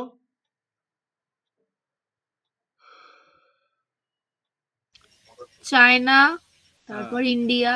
চায়না ইন্ডিয়া, তারপরে আর নেই, এখন ব্যাপারটা উল্টে গেছে, এখন আগে ইন্ডিয়া পরে চায়না হয়ে গেছে। ওকে, বর্তমানে রিয়েলিস্টিক অনুযায়ী যদিও এখন সার্ভে হয়নি, তবুও এখন চায়না, কিন্তু চায়না থেকে ইন্ডিয়ার পপুলেশন বেশি। তো এই গিবলি এই অ্যাপস গুলো, এর কি দরকার, এর দরকার আমাকে এখন ওয়েল ট্রেন্ড হতে হবে। তাহলে ট্রেন কি করে হবো, এ চলে এসে ফ্রি অফ কস্টে মানুষকে পরিষেবা দেওয়া, আমার কাছে ছবি দাও আর ছবি বানাও, ছবি দাও আর ছবি বানাও। ব্যাপারটা কি, আমরা ভাবছি কি, আমরা খুব মজা নিচ্ছিলাম বিষয়টা, যে আমরা ছবি আমাদের পার্সোনাল পার্সোনাল ছবি বা আমাদের জেনারেল ছবি, আমরা শুধু হিউজ পরিমাণ ছবি আপলোড করছি, আর গিবলির কাছ থেকে ছবি নিচ্ছি, গিবলি আমাদেরকে ছবি বানিয়ে দিচ্ছে। সবাই খুব মানে খুব আনন্দের সহকারে সেগুলোকে ফেসবুকে হোয়াটসঅ্যাপে আমরা ইউজ করছি। কিন্তু জীবনে একটা জিনিস আগেও বলেছি এবং ভবিষ্যতেও, কোনো জীবনে কোনো জিনিস ফ্রি বলে কিছু হয় না। তো ও কি করছিল, ওই অ্যাপ্লিকেশন সফটওয়্যারটার কাজ কি ছিল, ওর দরকার ছিল প্রচুর মানুষের ফেস দরকার, মানুষের মুখ কেমন হয়, প্রত্যেকটা মানুষের মুখের অবজেক্ট কেমন হয়, প্রত্যেকের নাক আলাদা, মুখ আলাদা, চোখ আলাদা, মানে মাইনর থেকে মাইনর ক্ষুদ্র ক্ষুদ্র জিনিসগুলোকে দরকার। তো প্রত্যেকটা মানুষের ফেস গুলোকে রেকগনাইজ করা দরকার। আগে যদি গিবলিকে বলা হতো শাহরুখ খানের ফেস বানাও, ও যে যে গিবলি যদি শাহরুখ খানকেই না চেনে, তা শাহরুখ খানের ফেস বানাবে কি করে? কিন্তু এখন যদি শাহরুখ খানের ফেস বলে, ও সঙ্গে সঙ্গে 2 সেকেন্ডে বলে দেবে, কারণ ও শাহরুখ খানের ফেস কেমন হয় ও জানে, ও সচিন টেন্ডুলকারের ফেস কেমন হয় ও জানে, লতা মঙ্গেশকরের ফেস হয় কেমন জানে। ঠিক একই রকম সারা ভারতবর্ষে যদি 140 কোটি মানুষ হয়, তার মধ্যে যদি 30 কোটি মানুষও যদি ফেস যদি আপলোডেড থাকে, তাহলে ওর কাছে ক্যাপাবিলিটি বেড়ে গেল, ও এখন ওর কাছে 30 কোটি ধরনের মানুষের ফেস ওর কাছে আছে। ব্যাপারটা ক্লিয়ার হচ্ছে? অর্থাৎ ও কি, আমরা ফ্রিতে ওকে ট্রেন করাচ্ছি, বোঝা গেছে? আমরা ফ্রিতে ওকে ট্রেন করাচ্ছি, এবং ও ফ্রি অফ কস্টে, ও ফ্রিতেই অ্যাকচুয়ালি ও নিজেকে ট্রেন করে নিচ্ছে। চায়নায় কিন্তু এটা বন্ধ করেছিল, চায়নায় কিন্তু উল্টো হয়েছিল। চায়না বলেছিল আমি দেবো, কিন্তু তার বিনিময়ে আমাকে টাকা পেমেন্ট করতে হবে। মানে আমি কোম্পানিকে আমার ফেসকে কেন দেবো, ফেসটাও ফেস, প্রত্যেকের ফেসের একটা ভ্যালু আছে, জানো তো? তো ফেসের ভ্যালু পয়সা দিয়ে তোমাকে নিতে হবে, ফ্রি অফ কস্টে নয়। আর আমরা কি করি, এশিয়ান কান্ট্রি, মানে বিশেষ করে আমাদের এইসব কান্ট্রি গুলো, বাংলাদেশ, পাকিস্তান, ইন্ডিয়া, আমাদের এখানকার মানুষজনরা তো এমনি একটু স্কিল রিলেটেড, আমরা এই বিষয়গুলো একটু কম অ্যালার্ট, তো যে কারণে আমরা ইমিডিয়েট মানে এমনি আমরা ছবিগুলোকে আপলোড করে দিচ্ছি। তো এগুলো দিয়ে কি হচ্ছে, সেই গিবলি অনেক বেশি নিজেকে ট্রেন করেছে। দেখা যাবে আগামী 5 বছর পরে যে গিবলি যদি আবার ফিরে আসে, বা ওই রিলেটেড যদি কোনো অ্যাপ্লিকেশন যদি আমাদের সামনে আসে, সে দেখবে আরো বেশি মোর প্রমিনেন্ট, মোর ক্লিয়ারিটি, মোর রিয়েলিস্টিক ছবি আমাদের সামনে তুলে ধরবে। কেন ধরবে? কারণ ও আগের থেকে অনেক বেশি ট্রেন্ড হয়ে গেছে। কি করে হলো? এই মেশিন লার্নিং এর সাহায্যে। তো আশা করি মেশিন লার্নিং এর কনসেপ্ট ক্লিয়ার। আমি এই জন্য এটা আলোচনা করলাম, মেশিন লার্নিং এর ডেফিনেশনটা জাস্ট পড়বে, আর এখান থেকে কি করতে হবে, মেশিন লার্নিং এর বৈশিষ্ট্যগুলো জাস্ট একবার গো থ্রু করবে। মেশিন লার্নিং এর বৈশিষ্ট্য কি, স্বয়ংক্রিয় শিক্ষা, মানে কি নিজে নিজেই নিজেকে শিক্ষা অর্জন করে, এখানে কোনো টিচার নেই যে তাকে ধরে ধরে শেখাবে, তারপরে প্যাটার্ন রেকগনাইজেশন, এইটা কিন্তু খুব গুরুত্বপূর্ণ জিনিস। প্যাটার্ন রেকগনাইজ করা মানে, প্যাটার্ন মানে কি, একটা সিমিলারিটি, এক ধরনের একটা প্যাটার্ন, এই প্যাটার্ন অবজেক্টকে যদি ও দেখতে পারে তাহলে সেখান থেকে ও কি করতে পারে, সেখান থেকে সেটাকে রেকগনাইজ করতে পারবে। এই প্যাটার্ন রেকগনাইজেশনের মধ্যে যেটা পড়ে, এই আমাদের স্কুলে যখন ওই অয়ন স্যার একটা প্রজেক্ট করেছিল, ওই যে কি ছিল যেন, শি ইজ কি যেন এলাই, শি ইজ ওয়ান, কি একটা টপিকটা ছিল ভুলে যাচ্ছি। আহ, She is not alone. হ্যাঁ হ্যাঁ হ্যাঁ, বুঝতে পারলাম না, কথা কেটে গেল। She is not alone. Should she is not alone, আচ্ছা আচ্ছা, হ্যাঁ একদমই। তো ব্যাপারটা হচ্ছে যে শি ইজ নট অ্যালোন মানে কি, মানে বিষয়টা হচ্ছে যে কেউ যদি রাস্তায় কোনো বিপদে পড়ে, সেখান থেকে তাকে কি করে, সে যে বিপদে পড়েছে সেটাকে শনাক্ত করতে হবে। তো তো সেই শনাক্তকরণ করার জন্য তার কিছু প্যাটার্ন আছে। যদি দেখবে ওই বোধহয় ওরা এক্সপ্লেন করছিল যে সাধারণত সাধারণ ব্যক্তি, একটা দুটো ব্যক্তি বন্ধু হতে পারে, সেটা তোমার পরিচিত ব্যক্তি হতে পারে, তারাও দুজন পাশাপাশি চললে তার যে প্যাটার্ন হতে পারে, একজন আননোন পার্সন, আননোন শুধু আননোন নয়, সে যখন তার তোমার উপরে ফিজিক্যালি কোনো টর্চারিং করছে বা ফিজিক্যালি তোমার টাচে আসছে, বা তুমি সেখানে তার যে বিহেভিয়ার অ্যাক্টিভিটি সেটা নিশ্চয়ই আলাদা হবে। তো সেই সেই বিহেভিয়ার গুলোকে কি করা, প্যাটার্ন গুলোকে ফলো করা, এবং সেই প্যাটার্নের মধ্যে যখন দেখছে হ্যাঁ এই প্যাটার্নের সঙ্গে ওই প্যাটার্ন ম্যাচ করে যাচ্ছে, তখন কি দেখাচ্ছিল, রেড অ্যালার্ট জারি করছিল, যে মানে রেড সিগন্যালের বা ওই সাইরেনটা বেজে যাচ্ছিল। তার মানে কি হচ্ছে, সেটা কার থেকে উপরে, সেটা প্যাটার্নকে ফলো করে করে, সেই প্যাটার্নের উপরে বেস করে সেই অবজেক্টটাকে ও কাজটা করছে। ঠিক একই রকম আমাদের যে দেখবে টেসলা কোম্পানির গাড়ি যেগুলো আসছে, অটোমেটিক কার। এবার অটোমেটিক কার মানে কি, সেখানে তো কোনো ড্রাইভারের কোনো প্রয়োজন নেই। তাহলে সেই অটোমেটিক গাড়িটা যখন চলছে, সে সামনে যদি একটা রোড ব্রেকার থাকে বা বাম্পার আছে, বা মনে করে একটা হঠাৎ করে একটা বাচ্চা বা কুকুর চলে আসলো, তখন তাকে যে দাঁড়াতে হবে, তাকে যে স্লো করতে হবে, বা তাকে লেন চেঞ্জ করতে হবে, লেফট রাইট লেন, তো সেগুলো কি করে করবে, সে তার সিগন্যালটাকে ফলো করবে, সামনে কোনো অবজেক্ট বাধা দিচ্ছে কিনা সেটাকে ফলো করবে। অর্থাৎ কিছু প্যাটার্ন আছে, সেই প্যাটার্নকে তাকে ট্রেন করানো আছে, এই প্যাটার্ন পড়লে তোমাকে অবশ্যই সেখানে স্পিড ব্রেক, মানে তোমাকে দাঁড়াতে হবে বা তোমার গাড়ির স্পিডটা স্লো করতে হবে। তো এগুলো হচ্ছে বিভিন্ন প্যাটার্ন, এই প্যাটার্নের রেসপেক্টে কি করা হয়েছে, এই অটোমেটিক গাড়ি কনসেপ্ট এসছে, অটোমেটিক কার। ঠিক একই রকম সেটা হচ্ছে ভবিষ্যৎবাণী বা সিদ্ধান্ত গ্রহণ, এটাও একটা বিষয়, যে প্রেডিকশন বা ডিসিশন, এই ভবিষ্যৎবাণীর উপরে কিন্তু এআই কাজ করে। এই এআই এর ক্ষেত্রে যেটা সবচেয়ে বেশি কাজ করে সেটা হচ্ছে, যদি দেখো আজকালকার দিনে অ্যাস্ট্রোলজার দেখেছো, অ্যাস্ট্রোলজার মানে দেখেছো মানে জানো তো, যার জ্যোতিষবিদ্যা নিয়ে আলোচনা করে, তো জ্যোতিষবিদ্যার মধ্যে কিন্তু আজকাল এআই চলে এসেছে। তোমরা কি করবে, জ্যোতিষ বিজ্ঞানী যদি যদি কারো অ্যাস্ট্রোলজারের কাছে কেউ যদি যেয়ে থাকো, জাস্ট ওরা বলবে কি, ঠিক আছে আপনি আপনার ডেট অফ বার্থ দিন, আর বোধহয় দু একটা জিনিস নাম টাম নেয়, বাস দিয়ে ওই সিস্টেমে আপলোড করে দিল। সিস্টেমের মধ্যে এআই সফটওয়্যারই কি করবে, তোমার ভবিষ্যৎবাণী করে দেবে। কার রেসপেক্টে, কারণ ওর কাছে কিছু ডেটা অলরেডি এক্সিস্ট আছে, সেই প্যাটার্নের সঙ্গে তোমার ডেট অফ বার্থ, তোমার বয়স, তোমার বছর, কোন বছর জন্মগ্রহণ করেছো, কোন দিন জন্মগ্রহণ করেছো, তার অনুযায়ী সে তোমার একটা মানে যার যেটাকে ওরা বলে যে তার একটা ভবিষ্যৎবাণী, বা তোমাকে একটা তোমার সামনে রিপ্রেজেন্ট করবে। অর্থাৎ এটা কি করে হচ্ছে, এটা তার প্রিভিয়াস রেকর্ডের থেকে, কিন্তু সেটাই যে 100% ঠিক নাও হতে পারে, নাও হতে পারে। সেটা কি রেসপেক্টে করলো, সে যতটা ট্রেন্ড আছে তার রেসপেক্টে। আগামী 10 বছর পরেও গিয়ে যদি সেম কাজটা করো, দেখা যাচ্ছে আগামী 10 বছর পরে ও যখন আরো বেশি ট্রেন্ড হয়ে যাবে, সে দেখা যাচ্ছে তার উত্তর চেঞ্জও করে দিতে পারে। আজকে যে উত্তর দিচ্ছে, আগামী 10 বছর পরে তার উত্তর চেঞ্জও হয়ে যেতে পারে। ঠিক একই রকম চ্যাট জিপিটির কাছে তুমি একটা কোনো ক্রিটিক্যাল কোনো কোশ্চেন যদি উত্তর দাও, হয়তো আজকে চ্যাট জিপিটি যে উত্তর দিচ্ছে, আগামী 10 বছর পরে চ্যাট জিপিটির উত্তর আপডেটও হয়ে যেতে পারে, চেঞ্জ হতে পারে। কারণ কি, চ্যাট জিপিটিও প্রতি মুহূর্তে শেখে, জানে, এবং সেই হিসাবে আমাদের সামনে উত্তর রিপ্রেজেন্ট করে। তো এই হচ্ছে আমাদের কি, এই হচ্ছে আমাদের মেশিন লার্নিং। তো মেশিন লার্নিং এর কিছু প্রয়োগ আছে, এই প্রয়োগগুলো একটু দেখবে। রোগ নির্ণয় করে, পণ্যের সুপারিশ করে, ইমেল স্প্যাম ফিল্টারিং করে, মুখমণ্ডল শনাক্ত করে, তারপরে হচ্ছে ফ্রড ডিটেকশন করে। একটু আমি বলে দিই, ফ্রড ডিটেকশনটা কি জিনিস। ফ্রড ডিটেকশনটা হচ্ছে, ধরো আজকালকার দিনে যদি মোবাইল থাকে, তোমাদের দেখবে মোবাইল তো সকলের কাছে আছে, কিছু কিছু ফ্রড কল আসে না, ফ্রড কলগুলোকে আগে থেকেই ওরা হাইলাইট করে দেয়, এই কলটা না, এই নাম্বারটা না ফ্রড কল। কি করে করে? কারণ এই নাম্বারগুলো তার কি এআই এর কাছে কিছু ডেটাবেস আছে। যখনই তোমার কাছে একটা আননোন প্রতারণার যখন ফোন আসছে, ওরা আগে থেকেই কল অ্যালার্ট আসেই আগেই একটা হাই অ্যালার্ট বা তোমার কাছে একটা নোটিফিকেশন দিয়ে দিল। তোমাকে আইডেন্টিফাই করে দিল। ঠিক একই রকম মেডিকেল ডায়াগনোস্টিস ক্ষেত্রেও আজকাল এমআরআই, এক্স-রে এইসব ক্ষেত্রেও কিন্তু আমাদের এআই এখন ইমপ্লিমেন্ট হচ্ছে।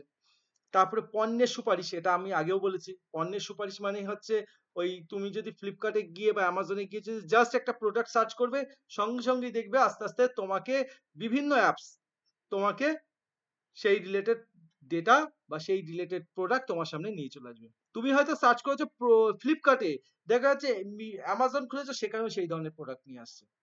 কেন জানলো? কারণ এই একটু পরে আমরা জানবো নিউরাল নেটওয়ার্ক একটা কনসেপ্ট আছে। একটা ডেটাবেসের সঙ্গে এখন আজকালকার সমস্ত ডেটাবেস কি করা, সব লিংক করা, সব লিংক করা। তুই ফ্লিপকার্টে কিছু সার্চ করলে অ্যামাজন কি করে জানলো যে ফ্লিপকার্টে তুমি এই ডেটা সার্চ করেছো? কারণ ফ্লিপকার্টে তুমি টিভি সার্চ করলে অ্যামাজন খুলে দেখছো, অ্যামাজনও তোমাকে টিভির অফার দেখাচ্ছে। তার মানে কি, কাস্টমাররা কোন কাস্টমার কি ধরনের ডেটা পছন্দ করতে চাইছে, কি ধরনের ডেটা কিনতে চাইছে, সেগুলোকেও রেকর্ড রাখা এবং সেগুলোকে অবজারভেশন করা, তার রেসপেক্টে তাকে সেই রিলেটেড পণ্যের সুপারিশ করা। নেক্সট বলেছে ইমেল স্প্যাম। স্প্যাম মানে কি? দেখো আমাদের কম্পিউটারেও যদি কারোর ইমেল থাকে, ইমেলের মধ্যেও স্প্যাম স্প্যাম বলে এক ধরনের মেল আসে। স্প্যাম মেল মানে কি? যেগুলো দেখবে কিছু অ্যাড সংক্রান্ত মেল বা বিভিন্ন রকম ফ্রড মেল, সেগুলোকে কি করে ইমেল, জিমেল বলো বা যে কোনো ইমেল সফটওয়্যার বলো, ওগুলোকে ও আলাদা করেই শনাক্ত করে ফেলে যে এটা না নর্মাল মেল না, এটা হচ্ছে ভুয়ো মেল হতে পারে, কোনো কোম্পানির অ্যাড হতে পারে।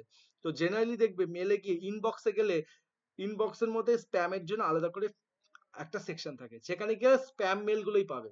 অর্থাৎ এগুলো জেনারেলি কোনো সাধারণ হিউম্যান বিংস এর দ্বারা পাঠানো না, এটা সিস্টেম দ্বারা পাঠানো যে মেলগুলো, ফলে সেই মেলগুলো কি করে ও আলাদা করে আইডেন্টিফাই করবে।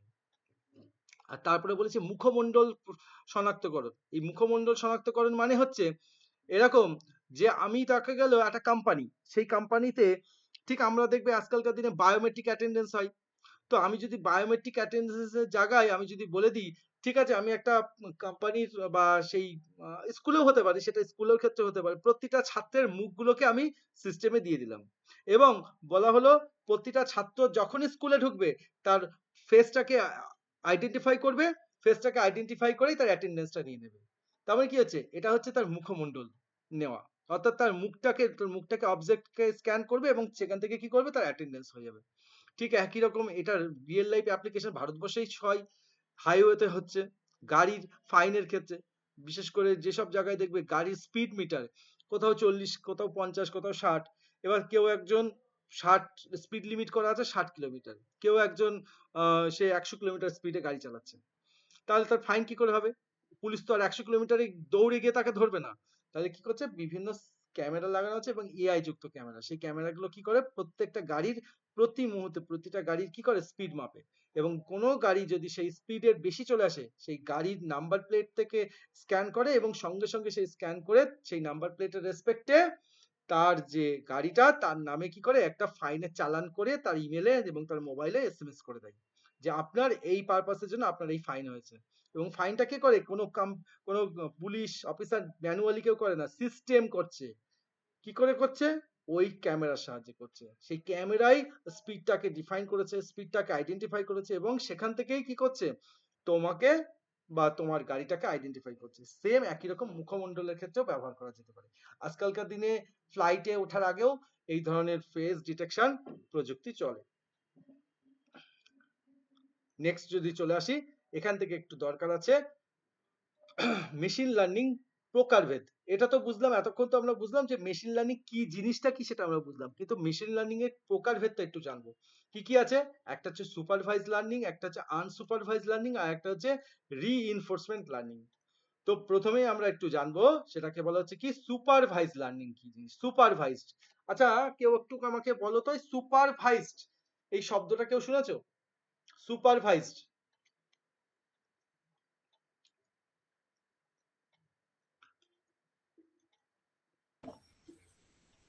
স্যার মানে যেটা মানে কোনো পরিচালনা করে কোনো কিছুকে।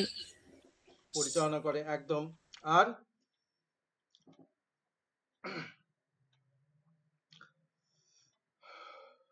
একদমই।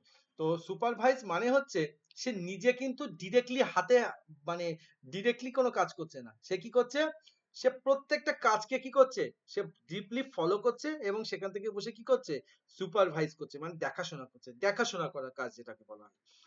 ঠিক একই রকম কাজটা কি করতে পারি? আমাদের এই ডিপ লার্নিং এর থেকে করতে পারি। এই মেশিন লার্নিং থেকে করতে পারি। সরি, ডিপ লার্নিং বলে ফেললাম। মেশিন লার্নিং থেকে করতে পারি। কারণ দেখো, মেশিন লার্নিং মানেই আগেই বলেছি, মেশিন লার্নিং মানে কি? মেশিন নিজের থেকে নিজে লার্ন করছে, নিজেকে নিজে কি করছে? স্কিলফুল করছে। এইবার এই স্কিলফুল কি করে হতে পারে?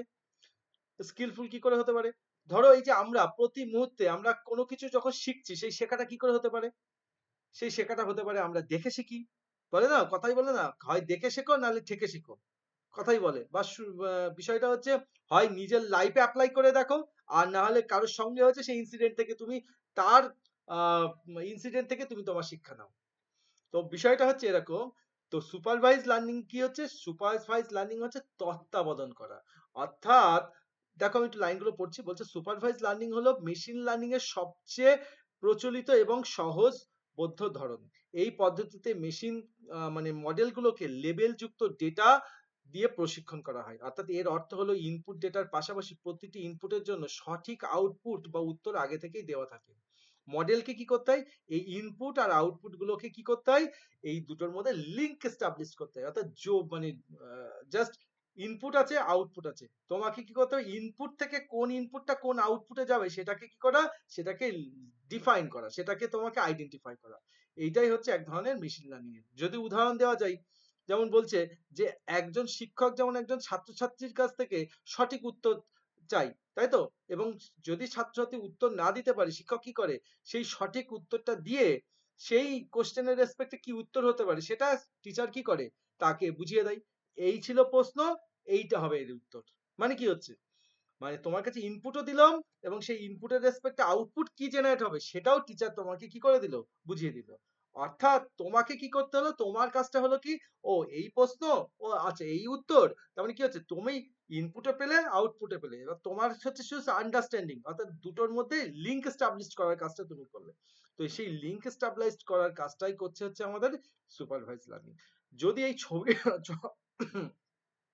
ছবিটার দিকে একটু লক্ষ্য করো, দেখো এখানে একজন মানুষ আছে, দেখতে পাচ্ছ? সুপারভাইজ, এই যে সুপারভাইজার রয়েছে, বল নামেই নামেই আছে সুপারভাইজার। এবার এই ছবিটা যদি একটুখানি অবজার্ভ করে আমাকে কেউ একটু বলো তো কি বলতে চেয়েছে ছবিটার মধ্যে?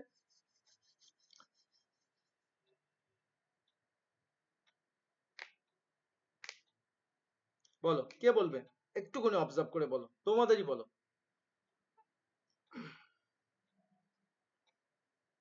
কি বুঝলে ছবিটা? একটু বলো, আমি একটু জল খেয়ে নিই।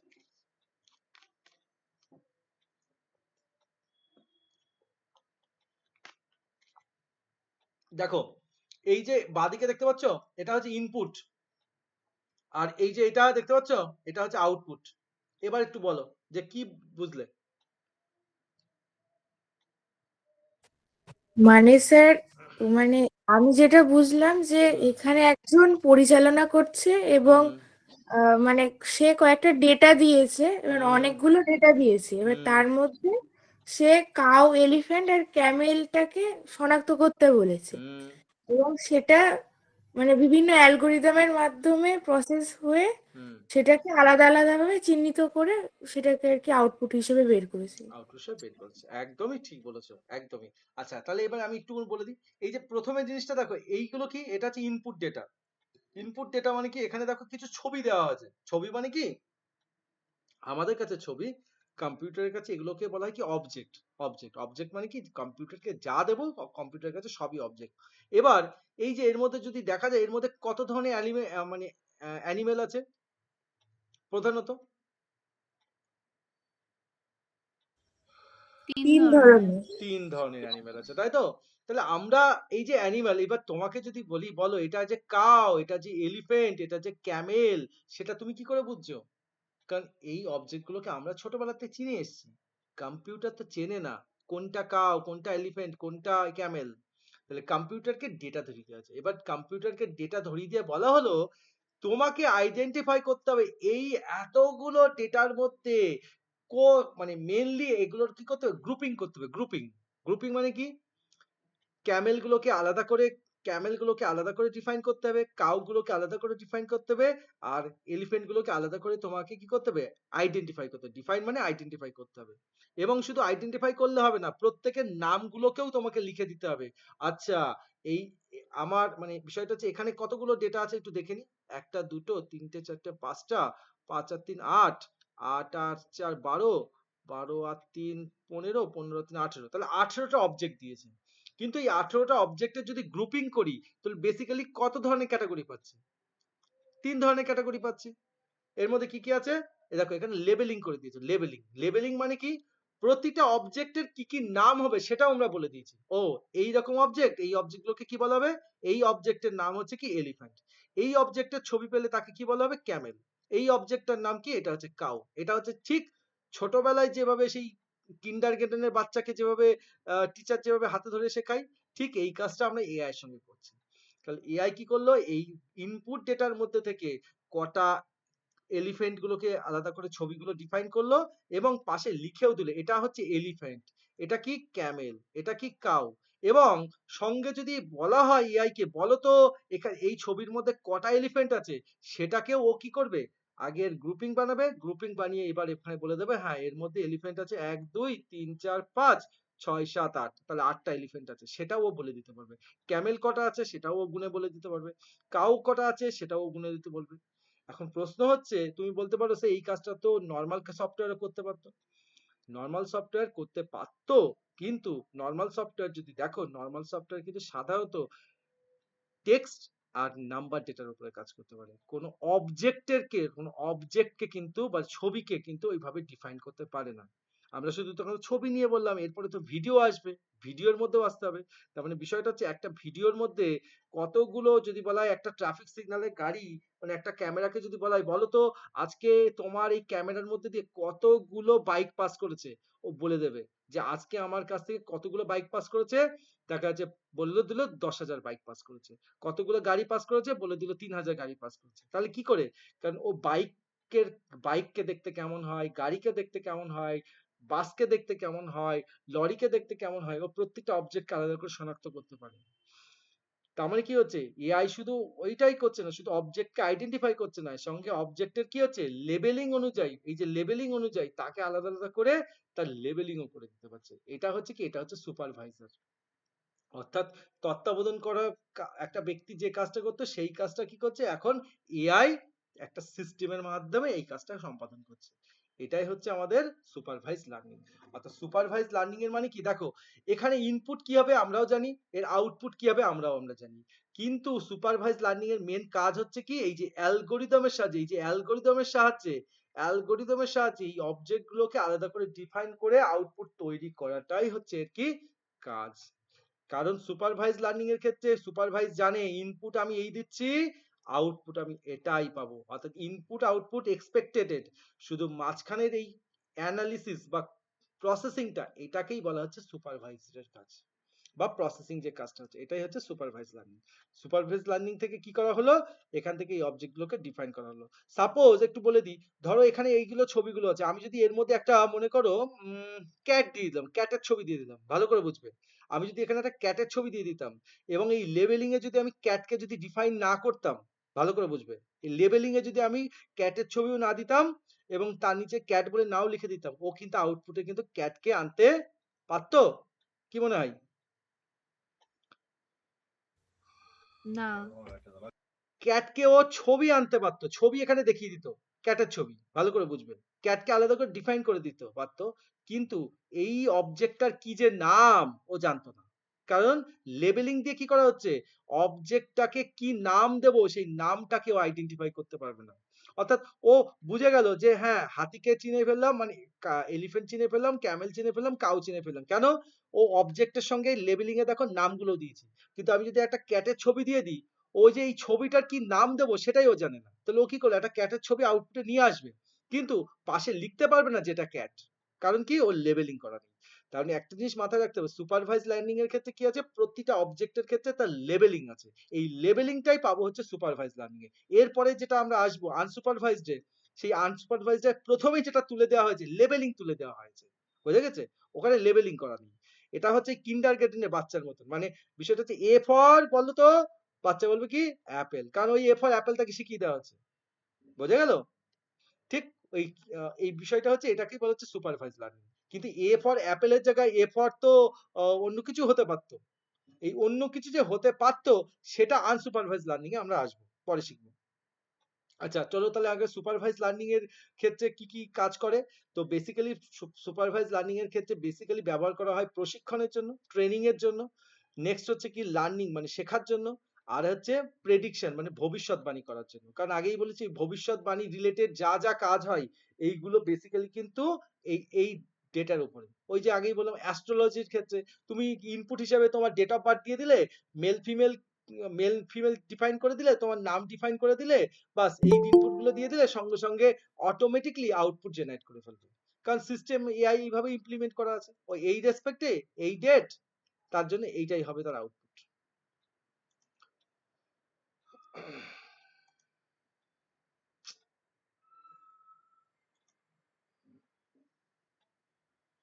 আচ্ছা এখন জয়েন করলো কে? স্যার আমি পূজা। আচ্ছা এত লেট কেন? স্যার শরীর খারাপ ছিল, ডক্টরের কাছে গেছিলাম, তারপরে এসে ঘুমিয়ে পড়েছিলাম। আচ্ছা ঠিক আছে, অসুবিধা নেই। তো আমরা একটা জিনিস একটু এক্সপ্লেনেশন হয়ে গেছে, আমি ভিডিও রাতেই পাঠিয়ে দেবো, অবশ্যই একটু দেখে নেবে কিন্তু, হ্যাঁ সময় করে একটু দেখে নেবে। ফেলে আচ্ছা ঠিক আছে। হুম। মাথায় রেখো যে আমরা তুমি যেটা মিস করে গেছো সেটা হচ্ছে মেশিন লার্নিং মিস করে গেছো, মেশিন লার্নিংটা ভালো করে একটু দেখে নেবে। নেক্সট এবার চলে আচ্ছা আসি। ঠিক আছে। এবার নেক্সট চলে আসি, দেখো এই যে সুপারভাইজ লার্নিং যেটা আমরা আলোচনা করলাম, এবার সুপারভাইজ লার্নিং এর মূলত সুপারভাইজ লার্নিং কেও মূলত দুই ভাগে ভাগ করা যায়। কি কি ভাগ? একটাকে বলা হচ্ছে যে এটা খুব সোজা, দেখো এটাকে হচ্ছে ক্লাসিফিকেশন, আর একটাকে বলা হচ্ছে রিগ্রেশন। চলো একটু জেনে নিই ক্লাসিফিকেশন কি জিনিস।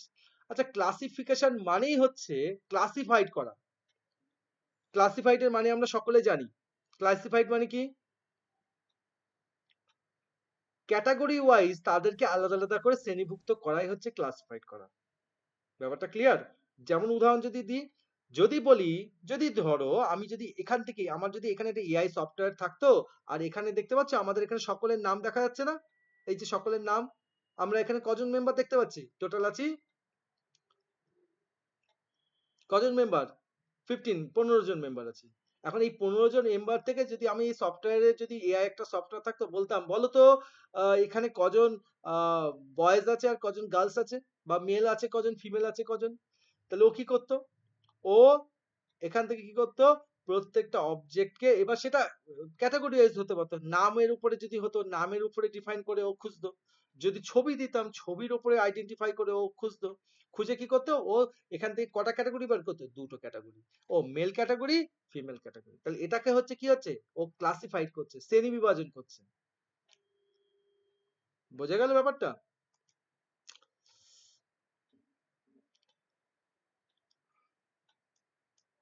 যদি দেখো এই যে এখানে এই ছবিটা যদি দেখো, এই ছবিটার দিকে চলে আসো, দেখো এইখানে এই যে ছবিটা দেখতে পাচ্ছ, এই কাছে কিছু ইনপুট দেওয়া হয়েছে।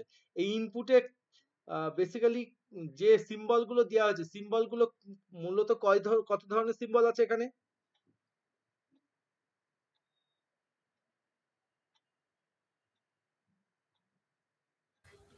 দুই ধরনের। দুই ধরনের সিম্বল আছে, তাই না? আমাদের এখানে মূলত সিম্বল আছে দুই ধরনের, একটা অবজেক্ট কি, একটা হচ্ছে ট্রায়াঙ্গেল, আর একটা কি সার্কুলার, তাই তো? তাহলে আমাকে এখানে কি করতে হচ্ছে, এই সিম্বল গুলো আমি যদি মিক্স করে দিচ্ছি, তোমাকে মিক্সারে দিলে যেরকম হয় না, মিক্স করে দিচ্ছি, তাহলে এই সিম্বল গুলো তোমার কাছে মিক্স করে দেওয়া আছে। এবার তোমাকে বলা হলো সেই চাল আর ডালের মতো, চাল ডাল মিশিয়ে দিয়ে দেওয়া হচ্ছে, দাও এবার তোমরা এবার আলাদা করো, আলাদা করো। তাহলে তুমি আলাদা চাল করছো আলাদা ডাল করছো, তাই তো?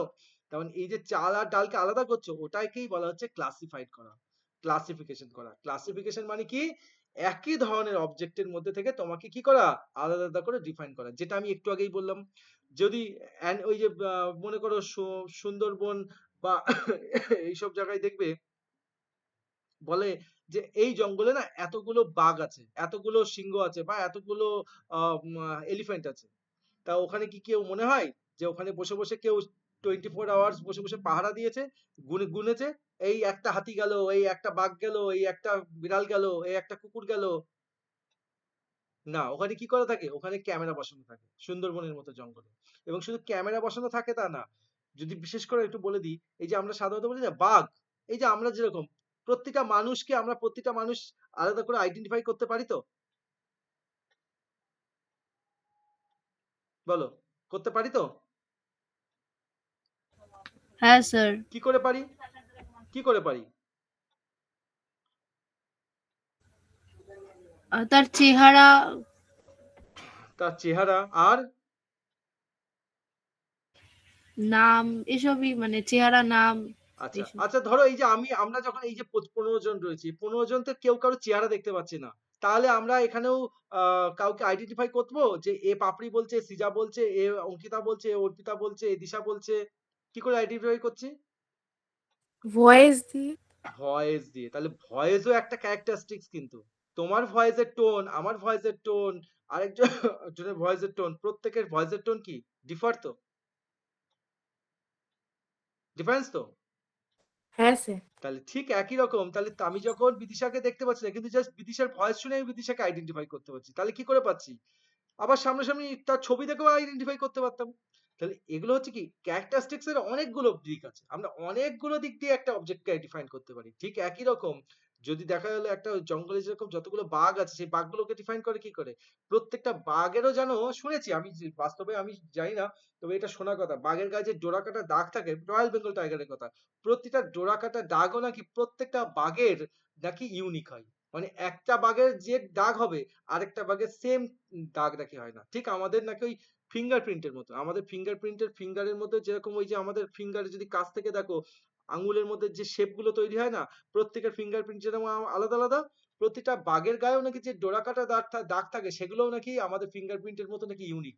অর্থাৎ একটা বাঘের গায়ে যে যে খালটা তৈরি হয়, যে চামড়ার যে ডিজাইনটা থাকে, সেই ডিজাইন নাকি আর পৃথিবীতে কোনো বাঘের সেম হবে না।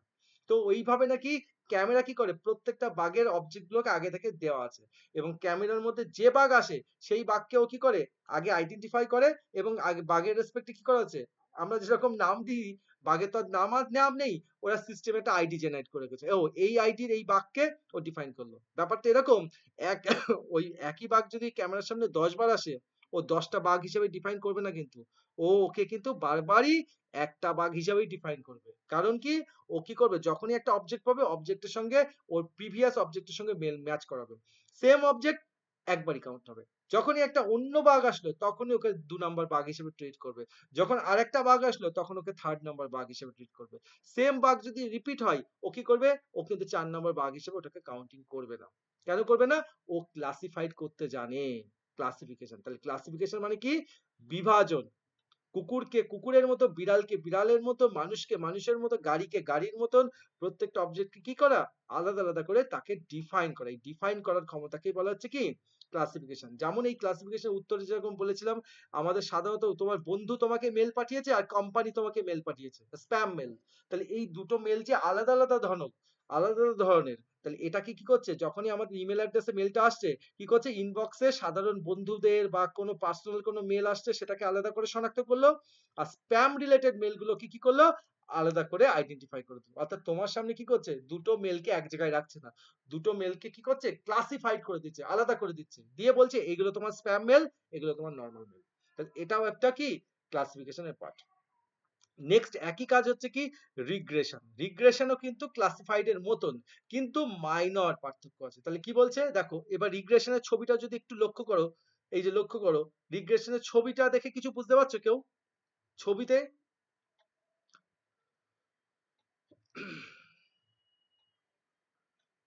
ছবি দেখে কিছু বোঝা যাচ্ছে? এটা এটা স্যার একটা গ্রাফকে নির্দেশ করছে মনে এটা হচ্ছে। একটা গ্রাফকে নির্দেশ করছে, এক্স্যাক্টলি ঠিকই বলেছো। অর্থাৎ এই রিগ্রেশন বিষয়টা হচ্ছে কম্পিউটারকে আগে থেকেই কিছু প্রশিক্ষণ দেওয়া আছে। গ্রাফের মধ্যে মনে করো এই যে গ্রাফটা আছে না, দেখেছো গ্রাফের মধ্যে কিছু ইয়ে আছে, মানে এখানে কিন্তু দুই ধরনের সিম্বল নেই, একই ধরনের সিম্বল ব্যবহার করা আছে, কিন্তু মাঝখান দিয়ে একটা ডিভাইডেটর আছে। ডিভাইডেটরের উপরে গেলে একরকম, ডিভাইডেটরের নিচে থাকলে একরকম। মানে বিষয়টা হচ্ছে যে এটা একটা কি করা আছে, এটার একটা মার্জিন দেওয়া আছে, এইটা হচ্ছে সেফ জোন, এটা হচ্ছে এর উপরে গেলে ওটা আনসেফ জোনের মতো। মানে ওটা হচ্ছে আলাদাভাবে ডিফাইন করছে। মানে এটা ধরো যে কিরকম হতে পারে, ধরো বলা হলো 60 ডেসিবেলটা হচ্ছে আমাদের নরমাল জন্য। 60 ডেসিবেলের যদি উপরে হয় তাহলে তাকে কি করা হবে? বেশি আওয়াজ, লাউড আওয়াজ হিসাবে আইডেন্টিফাই করা হবে। ঠিক গাড়ির উদাহরণ যেরকম বলেছিলাম, স্পিড মিটার বলা হচ্ছে 40 কিলোমিটার স্পিডে গাড়ি, 40 কিলোমিটার পর্যন্ত কেউ যদি গাড়ি চালায় তার কিন্তু ফাইন হবে না। যখনই সে 40 কিলোমিটার ক্রস করে যাচ্ছে, লিমিট ক্রস করে গেল, তার মানে কি হচ্ছে, তখন সিস্টেম তার তখন কি করবে? ফাইন কাটবে। অর্থাৎ এটাকে বলা হচ্ছে রিগ্রেশন। রিগ্রেশনে কি হয়, এর ইনপুট ডেটার সঙ্গে এর যে আউটপুট ডেটা এটা কিন্তু অবিচ্ছিন্ন হতে পারে। মানে এর সঙ্গে সব সময় যে একই রকম মান আসবে এমন কোনো কথা নেই। আমি বললাম 40 কিলোমিটার স্পিডের উপরে হলে ফাইন কাটবে, কেউ একজন 100 কিলোমিটার বেগে চলে গেল, কেউ একজন 45 স্পিডে চলে গেল, তাহলে দুজনের স্পিডের মাত্রা কিন্তু সেম না, আলাদা আলাদা। তো সেই হিসাবে কি করছে, তার ফাইনের মাত্রাও হয়তো সেই লেভেলে হতে পারে। যে 45 কিলোমিটার স্পিডে গেল তাকে আলাদা করে একরকম ফাইন করতে পারে, হয়তো যে 100 কিলোমিটার স্পিডে বেরিয়ে গেল বা হয়তো তারও বেশি, তার ক্ষেত্রে হয়তো যদি মনে হয়, সিস্টেম যদি মনে করে যে এত বেশি চলে গেল তার ফাইন আরো বাড়াবো, তো তখন তাকে আলাদা করে আইডেন্টিফাই করা। এটাও হচ্ছে রিগ্রেশন। রিগ্রেশনের ক্ষেত্রে আউটপুট কি হবে এটা আগে থেকে বলা যেতে পারে না। এটা কি করতে পারি, এটা ডেটার ইনপুট ডেটার রেসপেক্টে তার আউটপুট ডেটাকে অনুমান করা। যদি বলে এর একটা বাস্তব উদাহরণ দিই, একটা ফোন পাওয়া যেত, আমি দেখেছি রিয়েল লাইফে, রেডমি কোম্পানির একটা ফোন আছে। যদি কারো রেডমি কোম্পানির ফোন থাকে, রেডমি কোম্পানির ফোনের মধ্যে একটা ফিচার্স আছে, ক্যামেরার মধ্যে ফিচার্স আছে। কি করতে হয়, অন্যান্য কোম্পানি তো থাকতে পারে, মেবি আই এম রং, তো ক্যামেরা অন করতে হয়, সেলফি ক্যামেরাটা অন করতে হয়। সেলফি ক্যামেরা অন করলেই তোমার ক্যামেরা কি করে, তোমার মোবাইল তোমার ফেসটাকে রেকগনাইজ করে, এবং ফেসটাকে রেকগনাইজ করে তোমার বয়স কত ও নিচে দেখিয়ে দেয় ক্যামেরাতে। তোমার বয়স 30, তোমার বয়স 13, তোমার বয়স 15, তোমার বয়স 18, তোমার বয়স 60। তাহলে ও কি করে বলছে, কি দেখে বলছে বয়স? কি মনে হয়?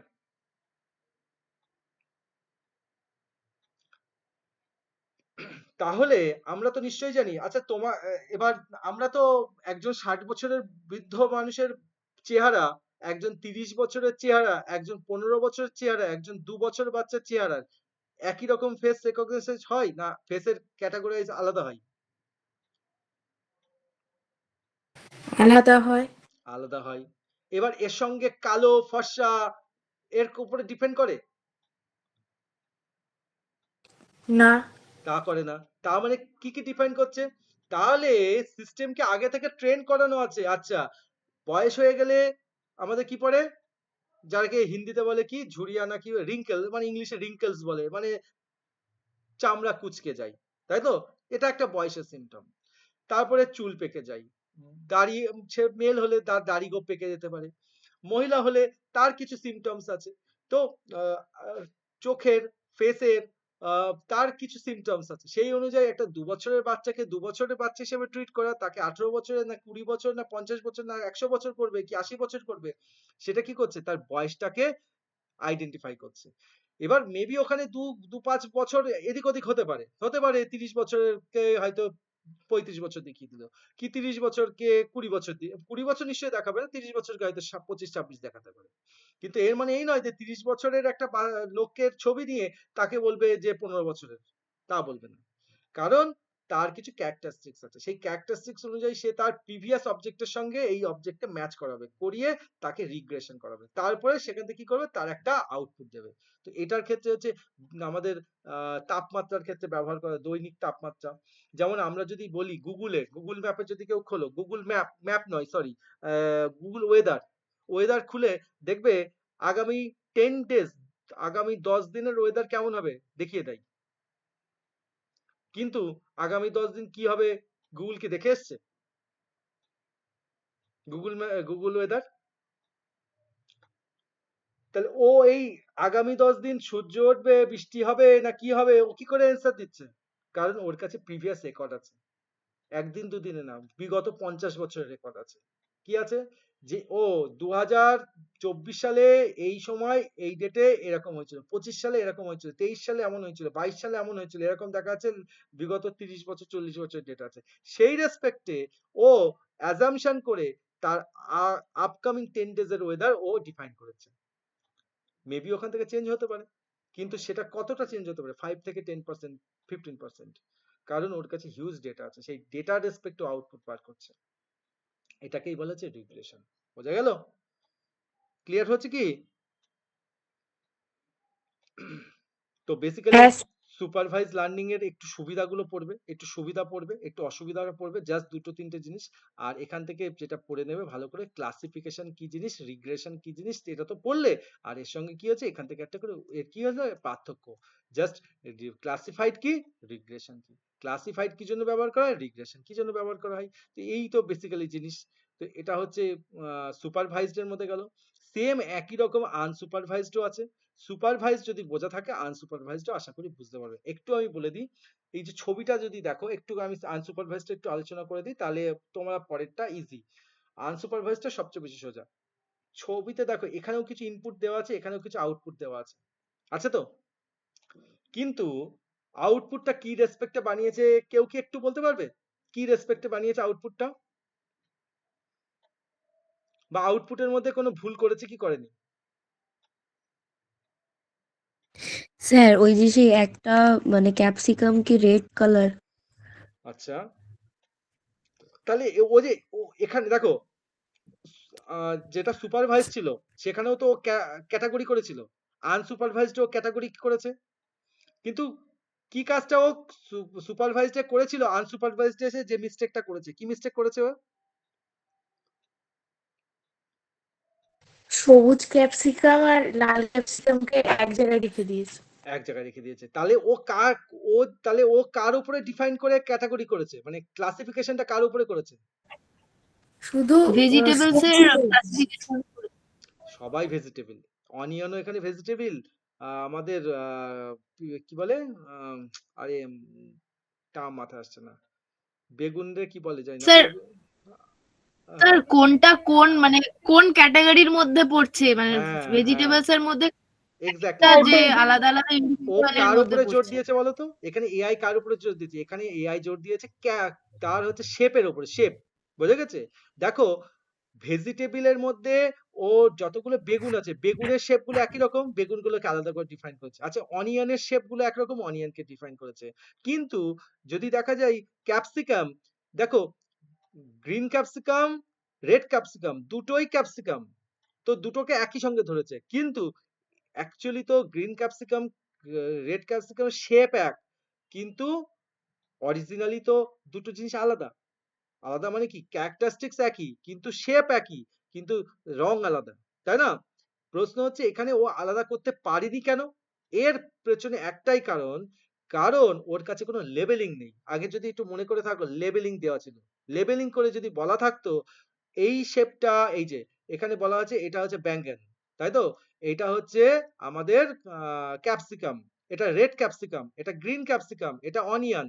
তাহলে ও কি করতে বলতো, যদি লেবেলিং করা থাকতো, তাহলে রেড ক্যাপসিকামকে আর গ্রিন ক্যাপসিকামকে এক জায়গায় করতো না, ও কি করতো, আলাদা করে দিতে পারতো।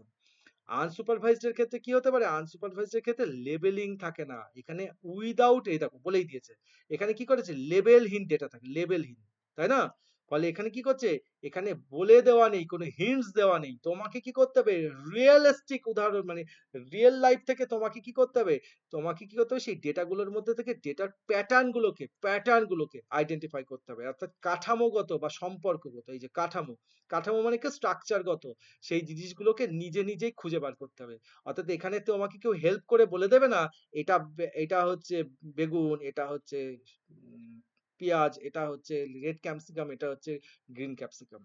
অর্থাৎ তোমাকে কি করতে হবে, আহ, সেখান থেকেই মানে আনলেবেলড ডেটা থেকে তোমাকে কি করতে হবে, সেখান থেকে তোমাকে ক্লাসিফাইড করে আলাদা আলাদা করে গ্রুপিং করতে হবে। এই জিনিসটাই হচ্ছে আনসুপারভাইজ লার্নিং। তো এআই এর ক্ষেত্রে বেশিরভাগ ক্ষেত্রেই আমরা কিন্তু আনসুপারভাইজ লার্নিং ই ব্যবহার করি, কারণ এআই এআই এর কাছে কতই বা ডেটা আছে। তো ম্যাক্সিমাম এআই এর কাছে ডেটা ছাড়াই এআই কি করতে হয়, ডেটাকে প্রসেস করতে হয়। তুমি চ্যাট জিপিটিতে গিয়ে কি প্রশ্ন করবে, চ্যাট জিপিটি কি জানে তুমি কি প্রশ্ন করবে? জানে না। কিন্তু চ্যাট জিপিটি জানে যে মোটামুটি মানুষ কি ধরনের প্রশ্ন করতে পারে, ও একটা অ্যাজাম্পশন করতে পারে। 100% ও করতে পারবে এমন কোনো কথাই নেই। তুমি যদি এখন চ্যাট জিপিটি থেকে গিয়ে বলো যে চ্যাট জিপিটি, পারমাণবিক বোমা বা অ্যাটম বোমা কি করে তৈরি করতে হয় তার আমাকে আমার ফর্মুলা বলো, কোনোদিন বলবে না। কারণ ওটা কি, ও জানে যে এই ডেটাটা পাবলিকলি লিক করা যাবে না, তাই না? তো বেসিক্যালি ঠিক একই রকম কোনো দেশের যদি কোনো ইন্টারনাল বিষয় তুমি যদি তার প্রশ্ন করো, সে সেই সব বিষয়ে উত্তর জানা থাকলেও সে দেবে না, কারণ তার কাছে কি কথা রেস্ট্রিক্টেড করা আছে। কারণ ও জানে যে কোন ডেটাটা দিতে হয় আর কোন ডেটাটা দিতে হয় না। সেটা যদিও আমরা আজকাল অ্যাডভান্স এআই নিয়ে কথা বলছি, কিন্তু আনসুপারভাইজ লার্নিং এর ক্ষেত্রে এটা কিন্তু অনেক অনেক পুরনো এআই নিয়ে কথা হচ্ছে।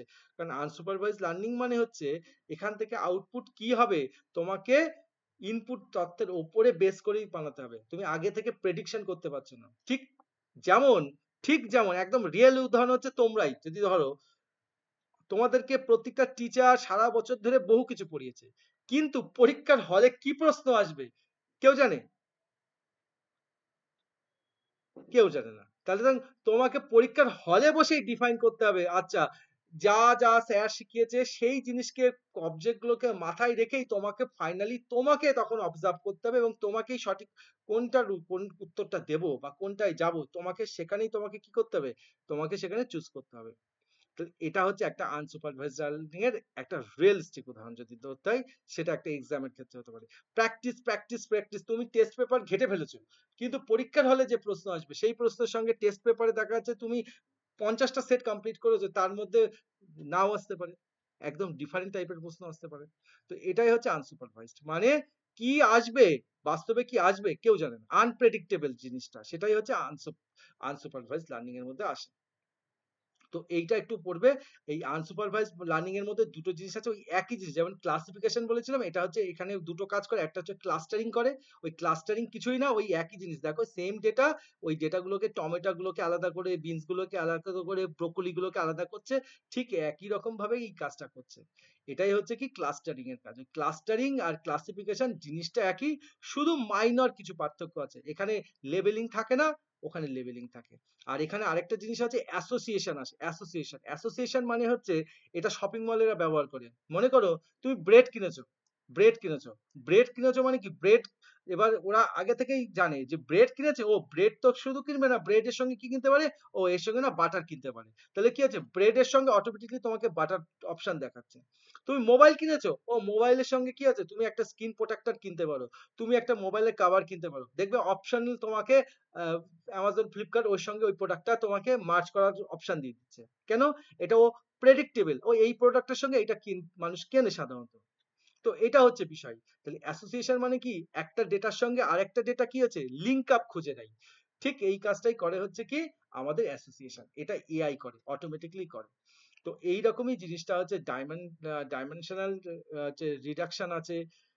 আর আর আর আর কিছুই নেই, আর খুব একটা কিছু নেই, এখান থেকে যেটা পড়ে নেবে, আনসুপারভাইজ লার্নিং এর সুবিধা অসুবিধা, এটা পড়তে হবে না, এটা খুব একটা প্রয়োজন নেই, ঠিক আছে, এটার প্রয়োজন নেই।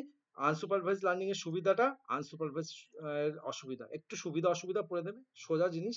আর লাস্ট হচ্ছে রিগ্রেশন ক্লাস্টারিং এর পার্থক্য, এই হলো বিষয়। আর লাস্টের যেগুলো আছে এগুলোর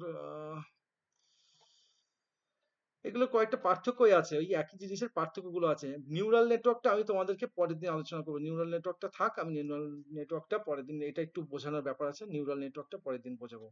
আচ্ছা, আমি যে পর্যন্ত আজকে করালাম, এই যে পর্যন্ত, এই পর্যন্ত তোমরা একটু বাড়িতে একটু পড়ো। যদিও পরীক্ষা, বাকি পরীক্ষাগুলো মাথায় রেখেই এক্সট্রা টাইমে কিন্তু পড়ো।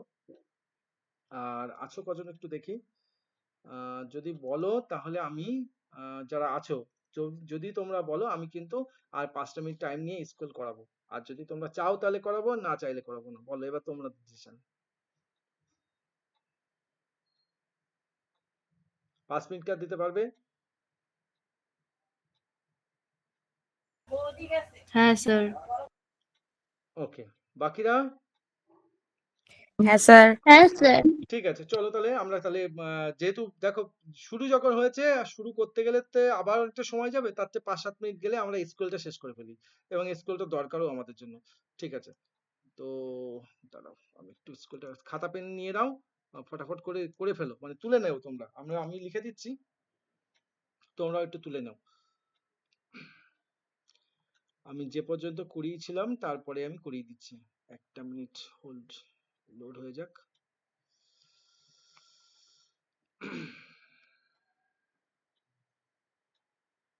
হুম, আচ্ছা, 2018 আমি বলেছিলাম যে এই প্রশ্নটা করতে হবে না, কারণ এটা তোমাদের জন্য নয়, কারণ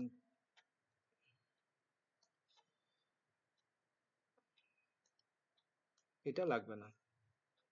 বাবা, এটা বিশাল।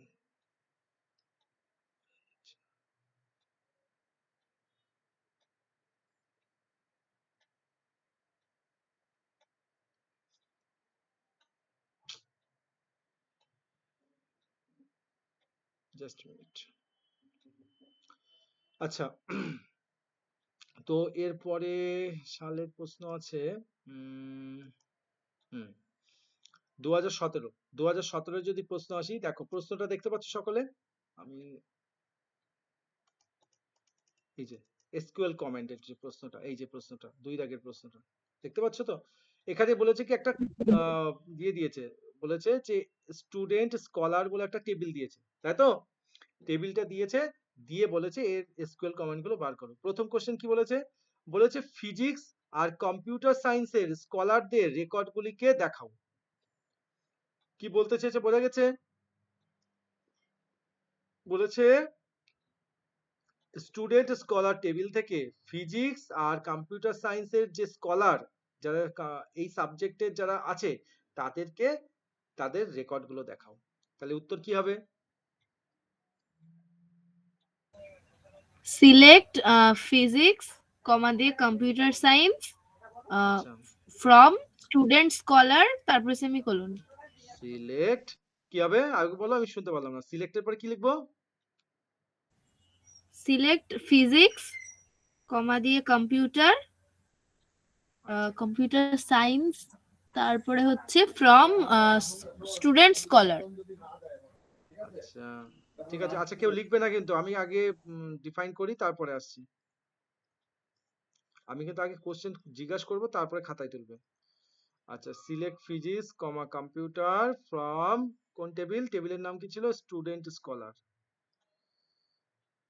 স্টুডেন্ট স্কলার, SOOLAR স্কলার, তারপরে হোয়ার কি বলেছিলে?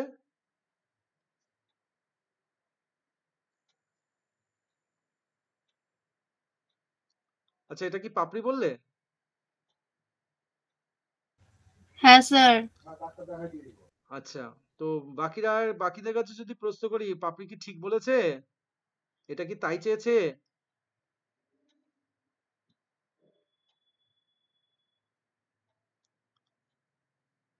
বাকিরা যারা আছো একটু বলো। স্যার এটা মানে বলো। আচ্ছা, প্রথম জিনিস আমি বলি, এখানে ভুল করেছো। হ্যাঁ, মানে ভুল করেছো মানে ভুল হয়েছে, তাহলে আমি একটু ঠিক করি। আচ্ছা, কে ট্রাই করবে বলো? আরেকজন। অঙ্কিতা ট্রাই করতে চাইছে বোধহয়। স্যার এখানে সিলেক্ট ফ্রম সিলেক্ট স্টুডেন্ট টেবিলটা মানে ফ্রম, আচ্ছা স্টুডেন্ট টেবিলটা গেল। আচ্ছা, ফ্রম সিলেক্ট কাকে না সিলেক্ট না করবো? ফিজিক্স আর কম্পিউটার সায়েন্সের যারা হচ্ছে স্কলার তাদেরকে সিলেক্ট করতে হবে। হ্যাঁ, তো বলেছে ফিজিক্স আর কম্পিউটার সায়েন্সের স্কলারদের সিলেক্ট করা। আচ্ছা, স্কলার মানে কারা? এখানে স্কলার বলতে কাকে বোঝাচ্ছে? কারা স্কলার? স্কলার মানে এখানে কি? কি স্যার নামগুলো মানে করতে হবে নাকি আইডি করতে হবে? তুমি বলো, আমি তো সেটাই জিজ্ঞেস করছি। কি দুটো চেয়েছে? জায়গাতেই তো রয়েছে। উহুম, উহুম, ভুল করছো। কোশ্চেনটাই তো বুঝতে পারছো না তোমরা। আবার বলছি, কোশ্চেনটা একটু আমি সহজ সহজ করে দিই। এই স্কলার মানে হচ্ছে স্টুডেন্ট।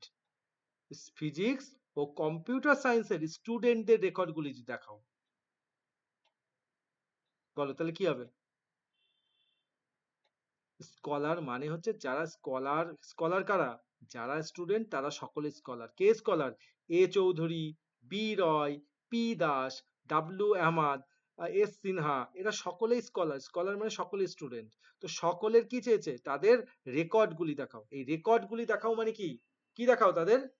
কোন কোন অ্যাট্রিবিউট দেখাবো?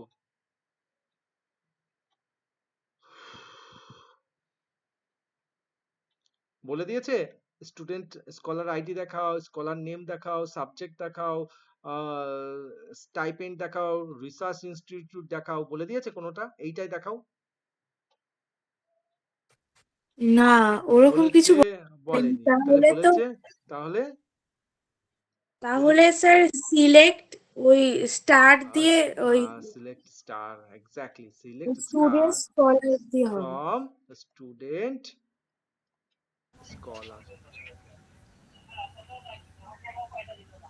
আপনি বোঝা গেল? হ্যাঁ স্যার। হ্যাঁ, হোয়ার। এবার তাহলে বলো তো কি হবে? হোয়ার সাবজেক্ট কি লিখবো? Where subject in hmm, computer science, sorry, where subject in physics and physics, comma দিয়ে computer science. ফিজিক্স কমা দিয়ে কম্পিউটার সায়েন্স, ঠিক। তাহলে এখানে হবে ফিজিক্স আর কমা দিয়ে কম্পিউটার সায়েন্স। কম্পিউটার, আচ্ছা আমি এখানে শর্ট ফর্ম লিখে দিলাম, তোমরা ফুল ফর্ম করে নিও। এই হচ্ছে বিষয়, দিয়ে সেমিকোলন শেষ। এইটা হবে অ্যান্সার। তো বেসিক্যালি এটাই তোমরা কিন্তু গন্ডগোল করে ফেলছো, যে কাকে সিলেক্ট করতে হবে। এখানে বলে দিয়েছে কি স্টুডেন্টদের রেকর্ড গুলি সিলেক্ট করো, মানে স্টুডেন্টদের সব কলামই দেখাও, কলাম বলেনি মানে স্টার। বুঝে গেছে? 2 নম্বর কোশ্চেন, এটার উত্তর কে বলবে?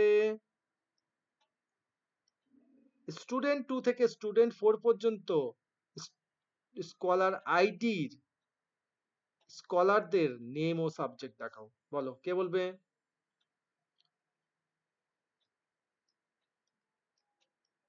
বলো, আমি ওয়েট করছি। কোশ্চেনটা আবার পড়ে দেখো। স্টুডেন্ট S002 থেকে S004 পর্যন্ত স্কলার আইডির স্কলারদের নাম ও সাবজেক্ট দেখাও। স্যার বলবো? বলো। সিলেক্ট হুম, নেম, কমা দিয়ে সাবজেক্ট, আচ্ছা নেম তো নয়, কারণ টেবিলের নেম কি দিয়েছে? টেবিলে কি স্কলার দিয়েছে? নেম, স্কলার এই name, scholar name. Scholar name, comma দিয়ে সাবজেক্ট, নেম কমা দিয়ে subject from student scholar, from student scholar, দাঁড়াও, স্টুডেন্ট স্টুডেন্ট স্কলার, তারপরে where where scholar ID scholar scholar ID, বলো কি ইন হবে? ইন ব্র্যাকেটের মধ্যে, ইন হবে? আগে বলো, ব্র্যাকেটের মধ্যে, ভালো করে বলো, স্যার ইন হবে? স্যার হুম, না না স্যার স্যার, বিটুইন ওই হবে না? বিটুইন হবে। বিটুইন হবে। হ্যাঁ, তাই তো বলছি। বিটুইন হবে। হ্যাঁ, কেন বিটুইন হ্যাঁ হলো? হ্যাঁ কারণ এখানে রেঞ্জ দিয়েছে স্যার, ওখান থেকে S004 হ্যাঁ থেকে পুরোটা ধরতে S004, তার মানে পুরো রেঞ্জটাই ধরতে হবে। তাহলে স্টুডেন্ট আইডি বিটুইন, বিটুইন কত? S001 নাকি, না ভুল করলাম, সরি, S002 S002 থেকে 2 থেকে S004। S002 and এই থেকে মানে and থেকে S004 হলো সেমিকোলন। বলো কে বুঝতে পারেনি, বলো, আমি বলবো। স্যার অরটা কোথায় বসবে? বিটুইনের ক্ষেত্রে কোথাও অর বসে না। অর বসে হচ্ছে জেনারেলি, যে তুমি যে অরটার কথা বলছো, যখন দুটো শর্ত দেবে, দুটো শর্ত দেবে। এখানে কটা শর্ত দিয়েছে? একটাই শর্ত দিয়েছে, তাই এখানে হ্যাঁ কোনো অরের কোনো জায়গা নেই। অর মানে হচ্ছে, মনে করো যদি এরকম বলতো যে S004 থেকে S002 থেকে S004 পর্যন্ত দেখাও, এবং এবং মানে এবং না, অথবা যাদের কম্পিউটার সাবজেক্ট আছে, তাহলে এই যে দুটো শর্তের মধ্যে অথবা যদি দিত, তাহলে একটা শর্ত শেষ আর একটা শর্তের মধ্যে অর বসতো। আর যদি বলে এবং, তাহলে অ্যান্ড বসতো। বুঝা গেছে? যখন দুটো শর্ত দিত। কিন্তু এখানে তো একটাই শর্ত দিয়েছে, ওই জন্য কোনো অ্যান্ড অর এর কনসেপ্ট নেই। কিন্তু তুমি বলতে পারো স্যার তাহলে আপনি অ্যান্ড লাগিয়েছেন কেন? এই অ্যান্ডটা বিটুইন এর জন্য এসেছে, বিটুইন এর জন্য অ্যান্ড আসে। অর্থাৎ প্রথম ডেটাটা আর দ্বিতীয় ডেটা, শুরু আর শেষকে ডিফাইন করতে গেলে মাঝখানে বিটুইন বসাতে হয়। ক্লিয়ার?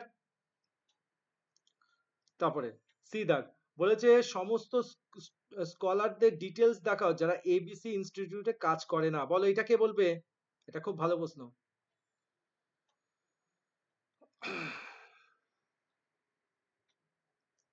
ফার্স্ট কে বলবে? বাকিরাও তো বলো, আমি তো সবার কাছ থেকে চাইছি।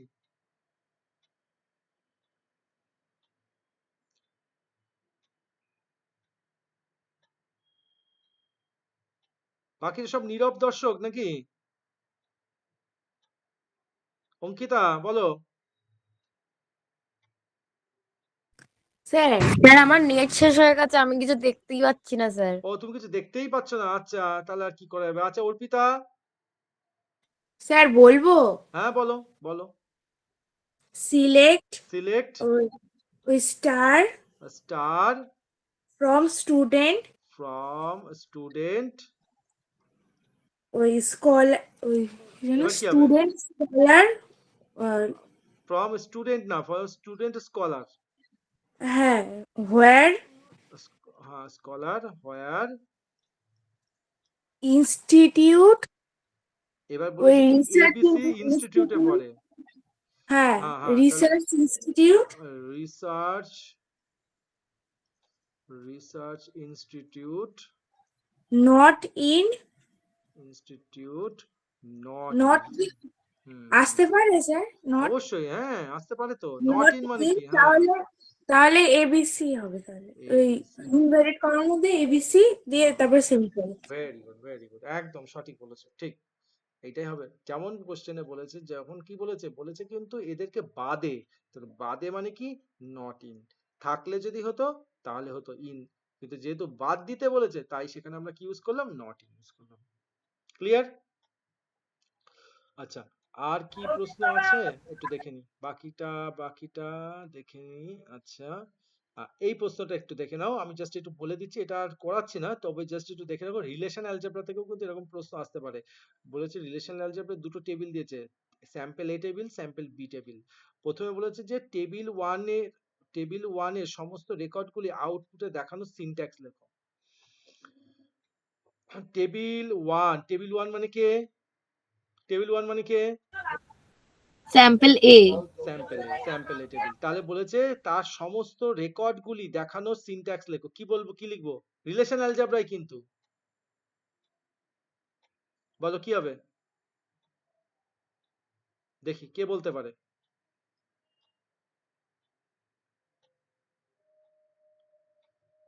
আচ্ছা এখানে কোনো শর্ত দিয়েছে? আমি একটু বলে দিই, রিলেশন অ্যালজেব্রায় সাধারণত এসকিউএল এর মতনই কাজ হয়। এখানে দুটো জিনিস ব্যবহার হচ্ছে, একটা হচ্ছে কি পাই, আর একটা হচ্ছে সিগমা। পাই কি জন্য ব্যবহার হয়? পাই দেখানো হয় কার জন্য? কি কি অ্যাট্রিবিউট বা কি কি কলাম হবে তার জন্য। সিগমা কি জন্য ব্যবহার করা হয়? কন্ডিশনের জন্য। ক্লিয়ার? এবার এখানে বলেছে টেবিল ওয়ানের সমস্ত রেকর্ডগুলি আউটপুটে দেখানো সিনট্যাক্স লেখো। এখানে কোনো শর্ত দিয়েছে? না স্যার। দেয়নি। তাহলে কি হবে? লিখবো পাই। ঠিক আছে, পাই। কাদের দেখাবো? টেবিল এ ওয়ান মানে সিম্পল এ, তাই তো? সিম্পল এ। তাহলে কি কি বলেছে? এর সমস্ত রেকর্ডগুলি দেখাও। রেকর্ডগুলি দেখাও মানে কি? সব কটা কলামই দেখাতে হবে। তা প্রথমে কি আছে? এখানে লিখবো হচ্ছে এমপ্লয় আইডি কমা নেম। হয়েছে? কোন টেবিল থেকে? এই যে বলেছিলাম, এই যে তোমার হচ্ছে কি বলে সিম্বলটা হচ্ছে পায়ের সোজাসুজি টেবিলের নাম লিখবো। কি লিখবো? স্যাম্পল এ। এই হয়ে গেল। ইস, এই হয়ে গেল স্যাম্পল এ। এই হচ্ছে এর আউটপুট। বুঝা গেছে? মানে এটা হচ্ছে সিনট্যাক্স। এইটুকুনি লিখলে কি হবে? পুরো টেবিল স্যাম্পল ওয়ান টেবিলটা পুরোটা চলে আসবে। বুঝতে পেরেছে কেউ? হ্যাঁ স্যার বুঝেছি। বাকিরা? হ্যাঁ স্যার বুঝতে পেরেছি। পরের কোশ্চেন, দু নম্বর কোশ্চেন। হ্যাঁ বলো, কি শুনতে পেলাম না। আরেকবার বলুন। আরেকবার বলবো, আচ্ছা ভালো করে দেখো, ঠিক আছে মিউট করো। বলেছে টেবিল ওয়ান এর সমস্ত রেকর্ডগুলি আউটপুটে দেখানো সিনট্যাক্স। টেবিল ওয়ান মানে হচ্ছে এই টেবিলটা, ঠিক আছে? টেবিল ওয়ান এর আউটপুটে দেখানো সমস্ত মানে সমস্ত রেকর্ডগুলোই দেখাবো। সমস্ত রেকর্ড মানে কি? E001 এ থাকবে, E002 থাকবে, E003 থাকবে, নামও থাকবে, মানে নামও থাকবে, আইডিও থাকবে। তাহলে সমস্ত রেকর্ড দেখানো মানেই তো সমস্ত রেকর্ড মানেই হচ্ছে সমস্ত কলাম রাখবো, আর সমস্ত কলাম দেখাতে পারি কার সাহায্যে? সেটা হচ্ছে পায়ের সাহায্যে। তাহলে রিলেশন অ্যালজেব্রার ক্ষেত্রে কি হয়, হয় পাই ইউজ হবে না সিগমা ইউজ হবে। তো যেহেতু বলেছে সমস্ত কলাম মানে সমস্ত এখানে অ্যাট্রিবিউট গুলোকেই দেখাতে হবে, তাই কি পাই দুটো অ্যাট্রিবিউটের নাম, প্রথম অ্যাট্রিবিউটের নাম হচ্ছে এমপ্লয় আইডি, তাই এমপ্লয় আইডি লিখেছি কমা, পরের অ্যাট্রিবিউটের নাম হচ্ছে নেম, তাই নেম। আর সঙ্গে কি বলেছি, সঙ্গে দিয়ে দিয়েছি টেবিলের নাম। যদি এখানে কন্ডিশন দিত তাহলে এর মাঝখানে কি ইউজ হতো, এখানে কিন্তু আমরা সিগমা কি ইউজ করতাম, কিন্তু এখানে সিগমা ইউজ করিনি কেন, কোনো শর্ত দেয়নি, জাস্ট বলেছে শুধু কি দেখাও, জাস্ট বলেছে শুধু টেবিলের রেকর্ড গুলিকে প্রদর্শন করো। পরের কোশ্চেন দেখো, বলেছে টেবিল 2, এবার টেবিল 2 থেকে বলেছে টেবিল 2 সমস্ত এমপ্লয়ের নামগুলি প্রজেকশন অপারেশন করে দেখাও। কে বলবে উত্তর?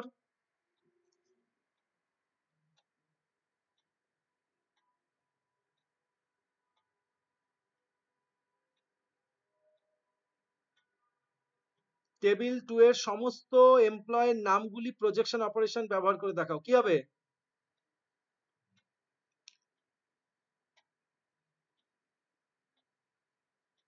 বোঝা যাচ্ছে?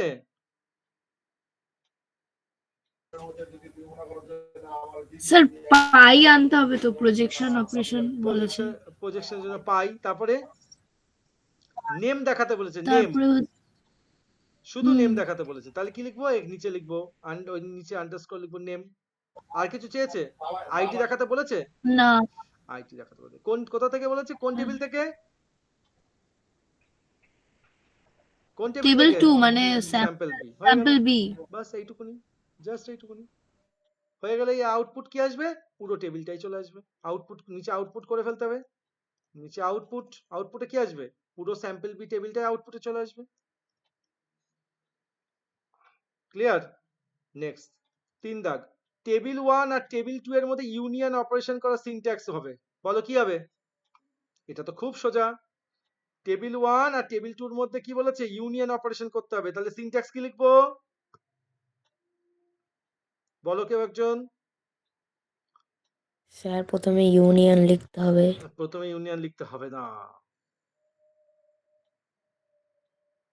তাহলে কি বলেছে, বলেছে ইউনিয়ন অপারেশন মানেই প্রথমে ইউনিয়ন করতে হবে, বলেই তো দিয়েছে টেবিল 1 টেবিল 2। সিম্বলটা হ্যাঁ, তো টেবিল 1 টার নাম কি লিখবো, স্যাম্পেল স্যাম্পল এ, হ্যাঁ এইবার লিখবো ইউনিয়ন, তারপরে কার সঙ্গে হবে, sample B. Sample B, exactly হয়ে গেল আমার ইউনিয়ন ওপরে, এই তো সিনট্যাক্স, বাস হয়ে গেল।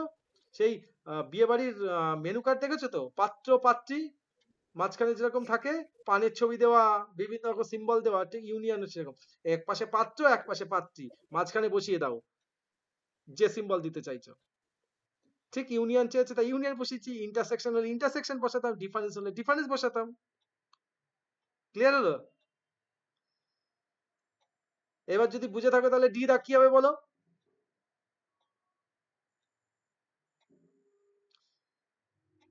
টেবিল 1 থেকে টেবিল 2 সেট ডিফারেন্স এর সিনট্যাক্স দেখাও, শুধু সিনট্যাক্স দেখাতে বলেছে কিন্তু আউটপুট করতে বলেছে, প্রশ্ন যদি আউটপুট থাকে, আউটপুট কিন্তু ম্যান্ডেটরি। বলো, সিনট্যাক্সটা আমি করে দিচ্ছি, আউটপুটটা তোমরাও জানো।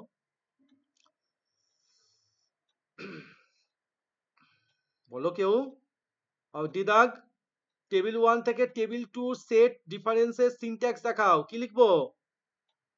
এগুলো তো সোজা প্রশ্ন। স্যার মাইনাস দিতে হবে, স্যাম্পল এ মাইনাস। মাইনাস স্যাম্পল বি, একদম স্যাম্পল বি হয়ে গেল, এই হচ্ছে সিনট্যাক্স। আচ্ছা এটা তো সিনট্যাক্স, আউটপুট কি আসবে বলো তো এবার, আউটপুটটা, এর আউটপুট কি আসবে?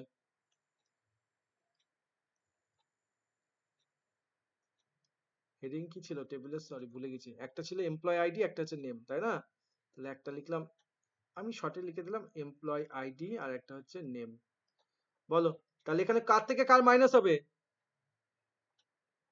হ্যাঁ, এ টেবিল থেকে বি টেবিল মাইনাস হবে, মাইনাস হলে কে পড়ে থাকছে বলো, E001 এ টেবিলে আছে, E001 কি বি টেবিলে আছে?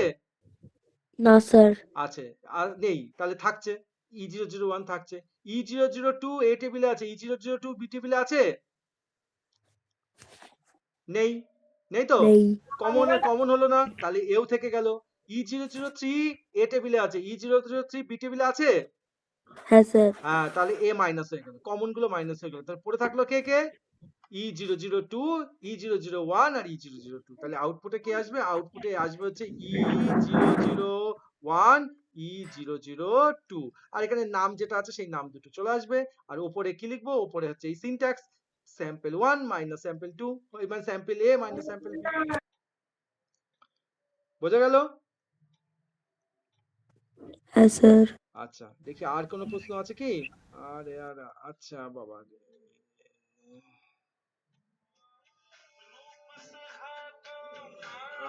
আর আচ্ছা, আরেকটা প্রশ্ন বোধহয় এটা মানে লাস্ট প্রশ্ন, দেখিনি। আচ্ছা, এইটা লাস্ট করে দিচ্ছি। এটা আমাদের লাস্ট। কি দিয়েছে? টেবিলের নাম কি দিয়েছে? স্যার এখনো কি অনেকটা বাকি আছে? এইটা আমরা লাস্ট করি, এইটা করেই শেষ করে দেবো। যা আছে থাক, আমরা এইটাই লাস্ট আমাদের, ঠিক আছে? রাত হয়ে যাচ্ছে তো সকলের, বুঝতে পারছি। আচ্ছা, ব্যাংক কাস্টমার, এই টেবিলটা আমি করিয়ে দিচ্ছি। যদি না বুঝতে পারো আমাকে বলো, আমি যেহেতু সময় লেগে যাচ্ছে, তোমাদের কাছে উত্তর নিতে গেলে সময় লেগে যাচ্ছে, আমি বুঝিয়ে দিচ্ছি। টেবিলের নাম হচ্ছে ব্যাংক কাস্টমার। টেবিলে কতগুলো অ্যাট্রিবিউট হচ্ছে? অ্যাকাউন্ট নাম্বার, কাস্টমার নেম, তারপরে হচ্ছে অ্যাড্রেস, তারপরে হচ্ছে ব্যালেন্স অ্যামাউন্ট, তাই তো? তাহলে এখানে ফার্স্ট কোশ্চেন বলেছে সেই সমস্ত কাস্টমারদের রেকর্ডগুলি দেখাও যাদের ব্যালেন্স অ্যামাউন্ট কত বেশি? 35 এর বেশি। তাহলে কি লিখবো? লিখবো সিলেক্ট। একটু তোমরা বলো তো সিলেক্টের পর কি হবে? এইটা বলতে পারলেই হয়ে গেল, আর কিছুই নেই। সিলেক্টের পরে কাকে সিলেক্ট করব? Balance amount. না, বলেছে তো যাদের ব্যালেন্স অ্যামাউন্ট 35,000 বেশি। স্টার হবে। স্টার হবে।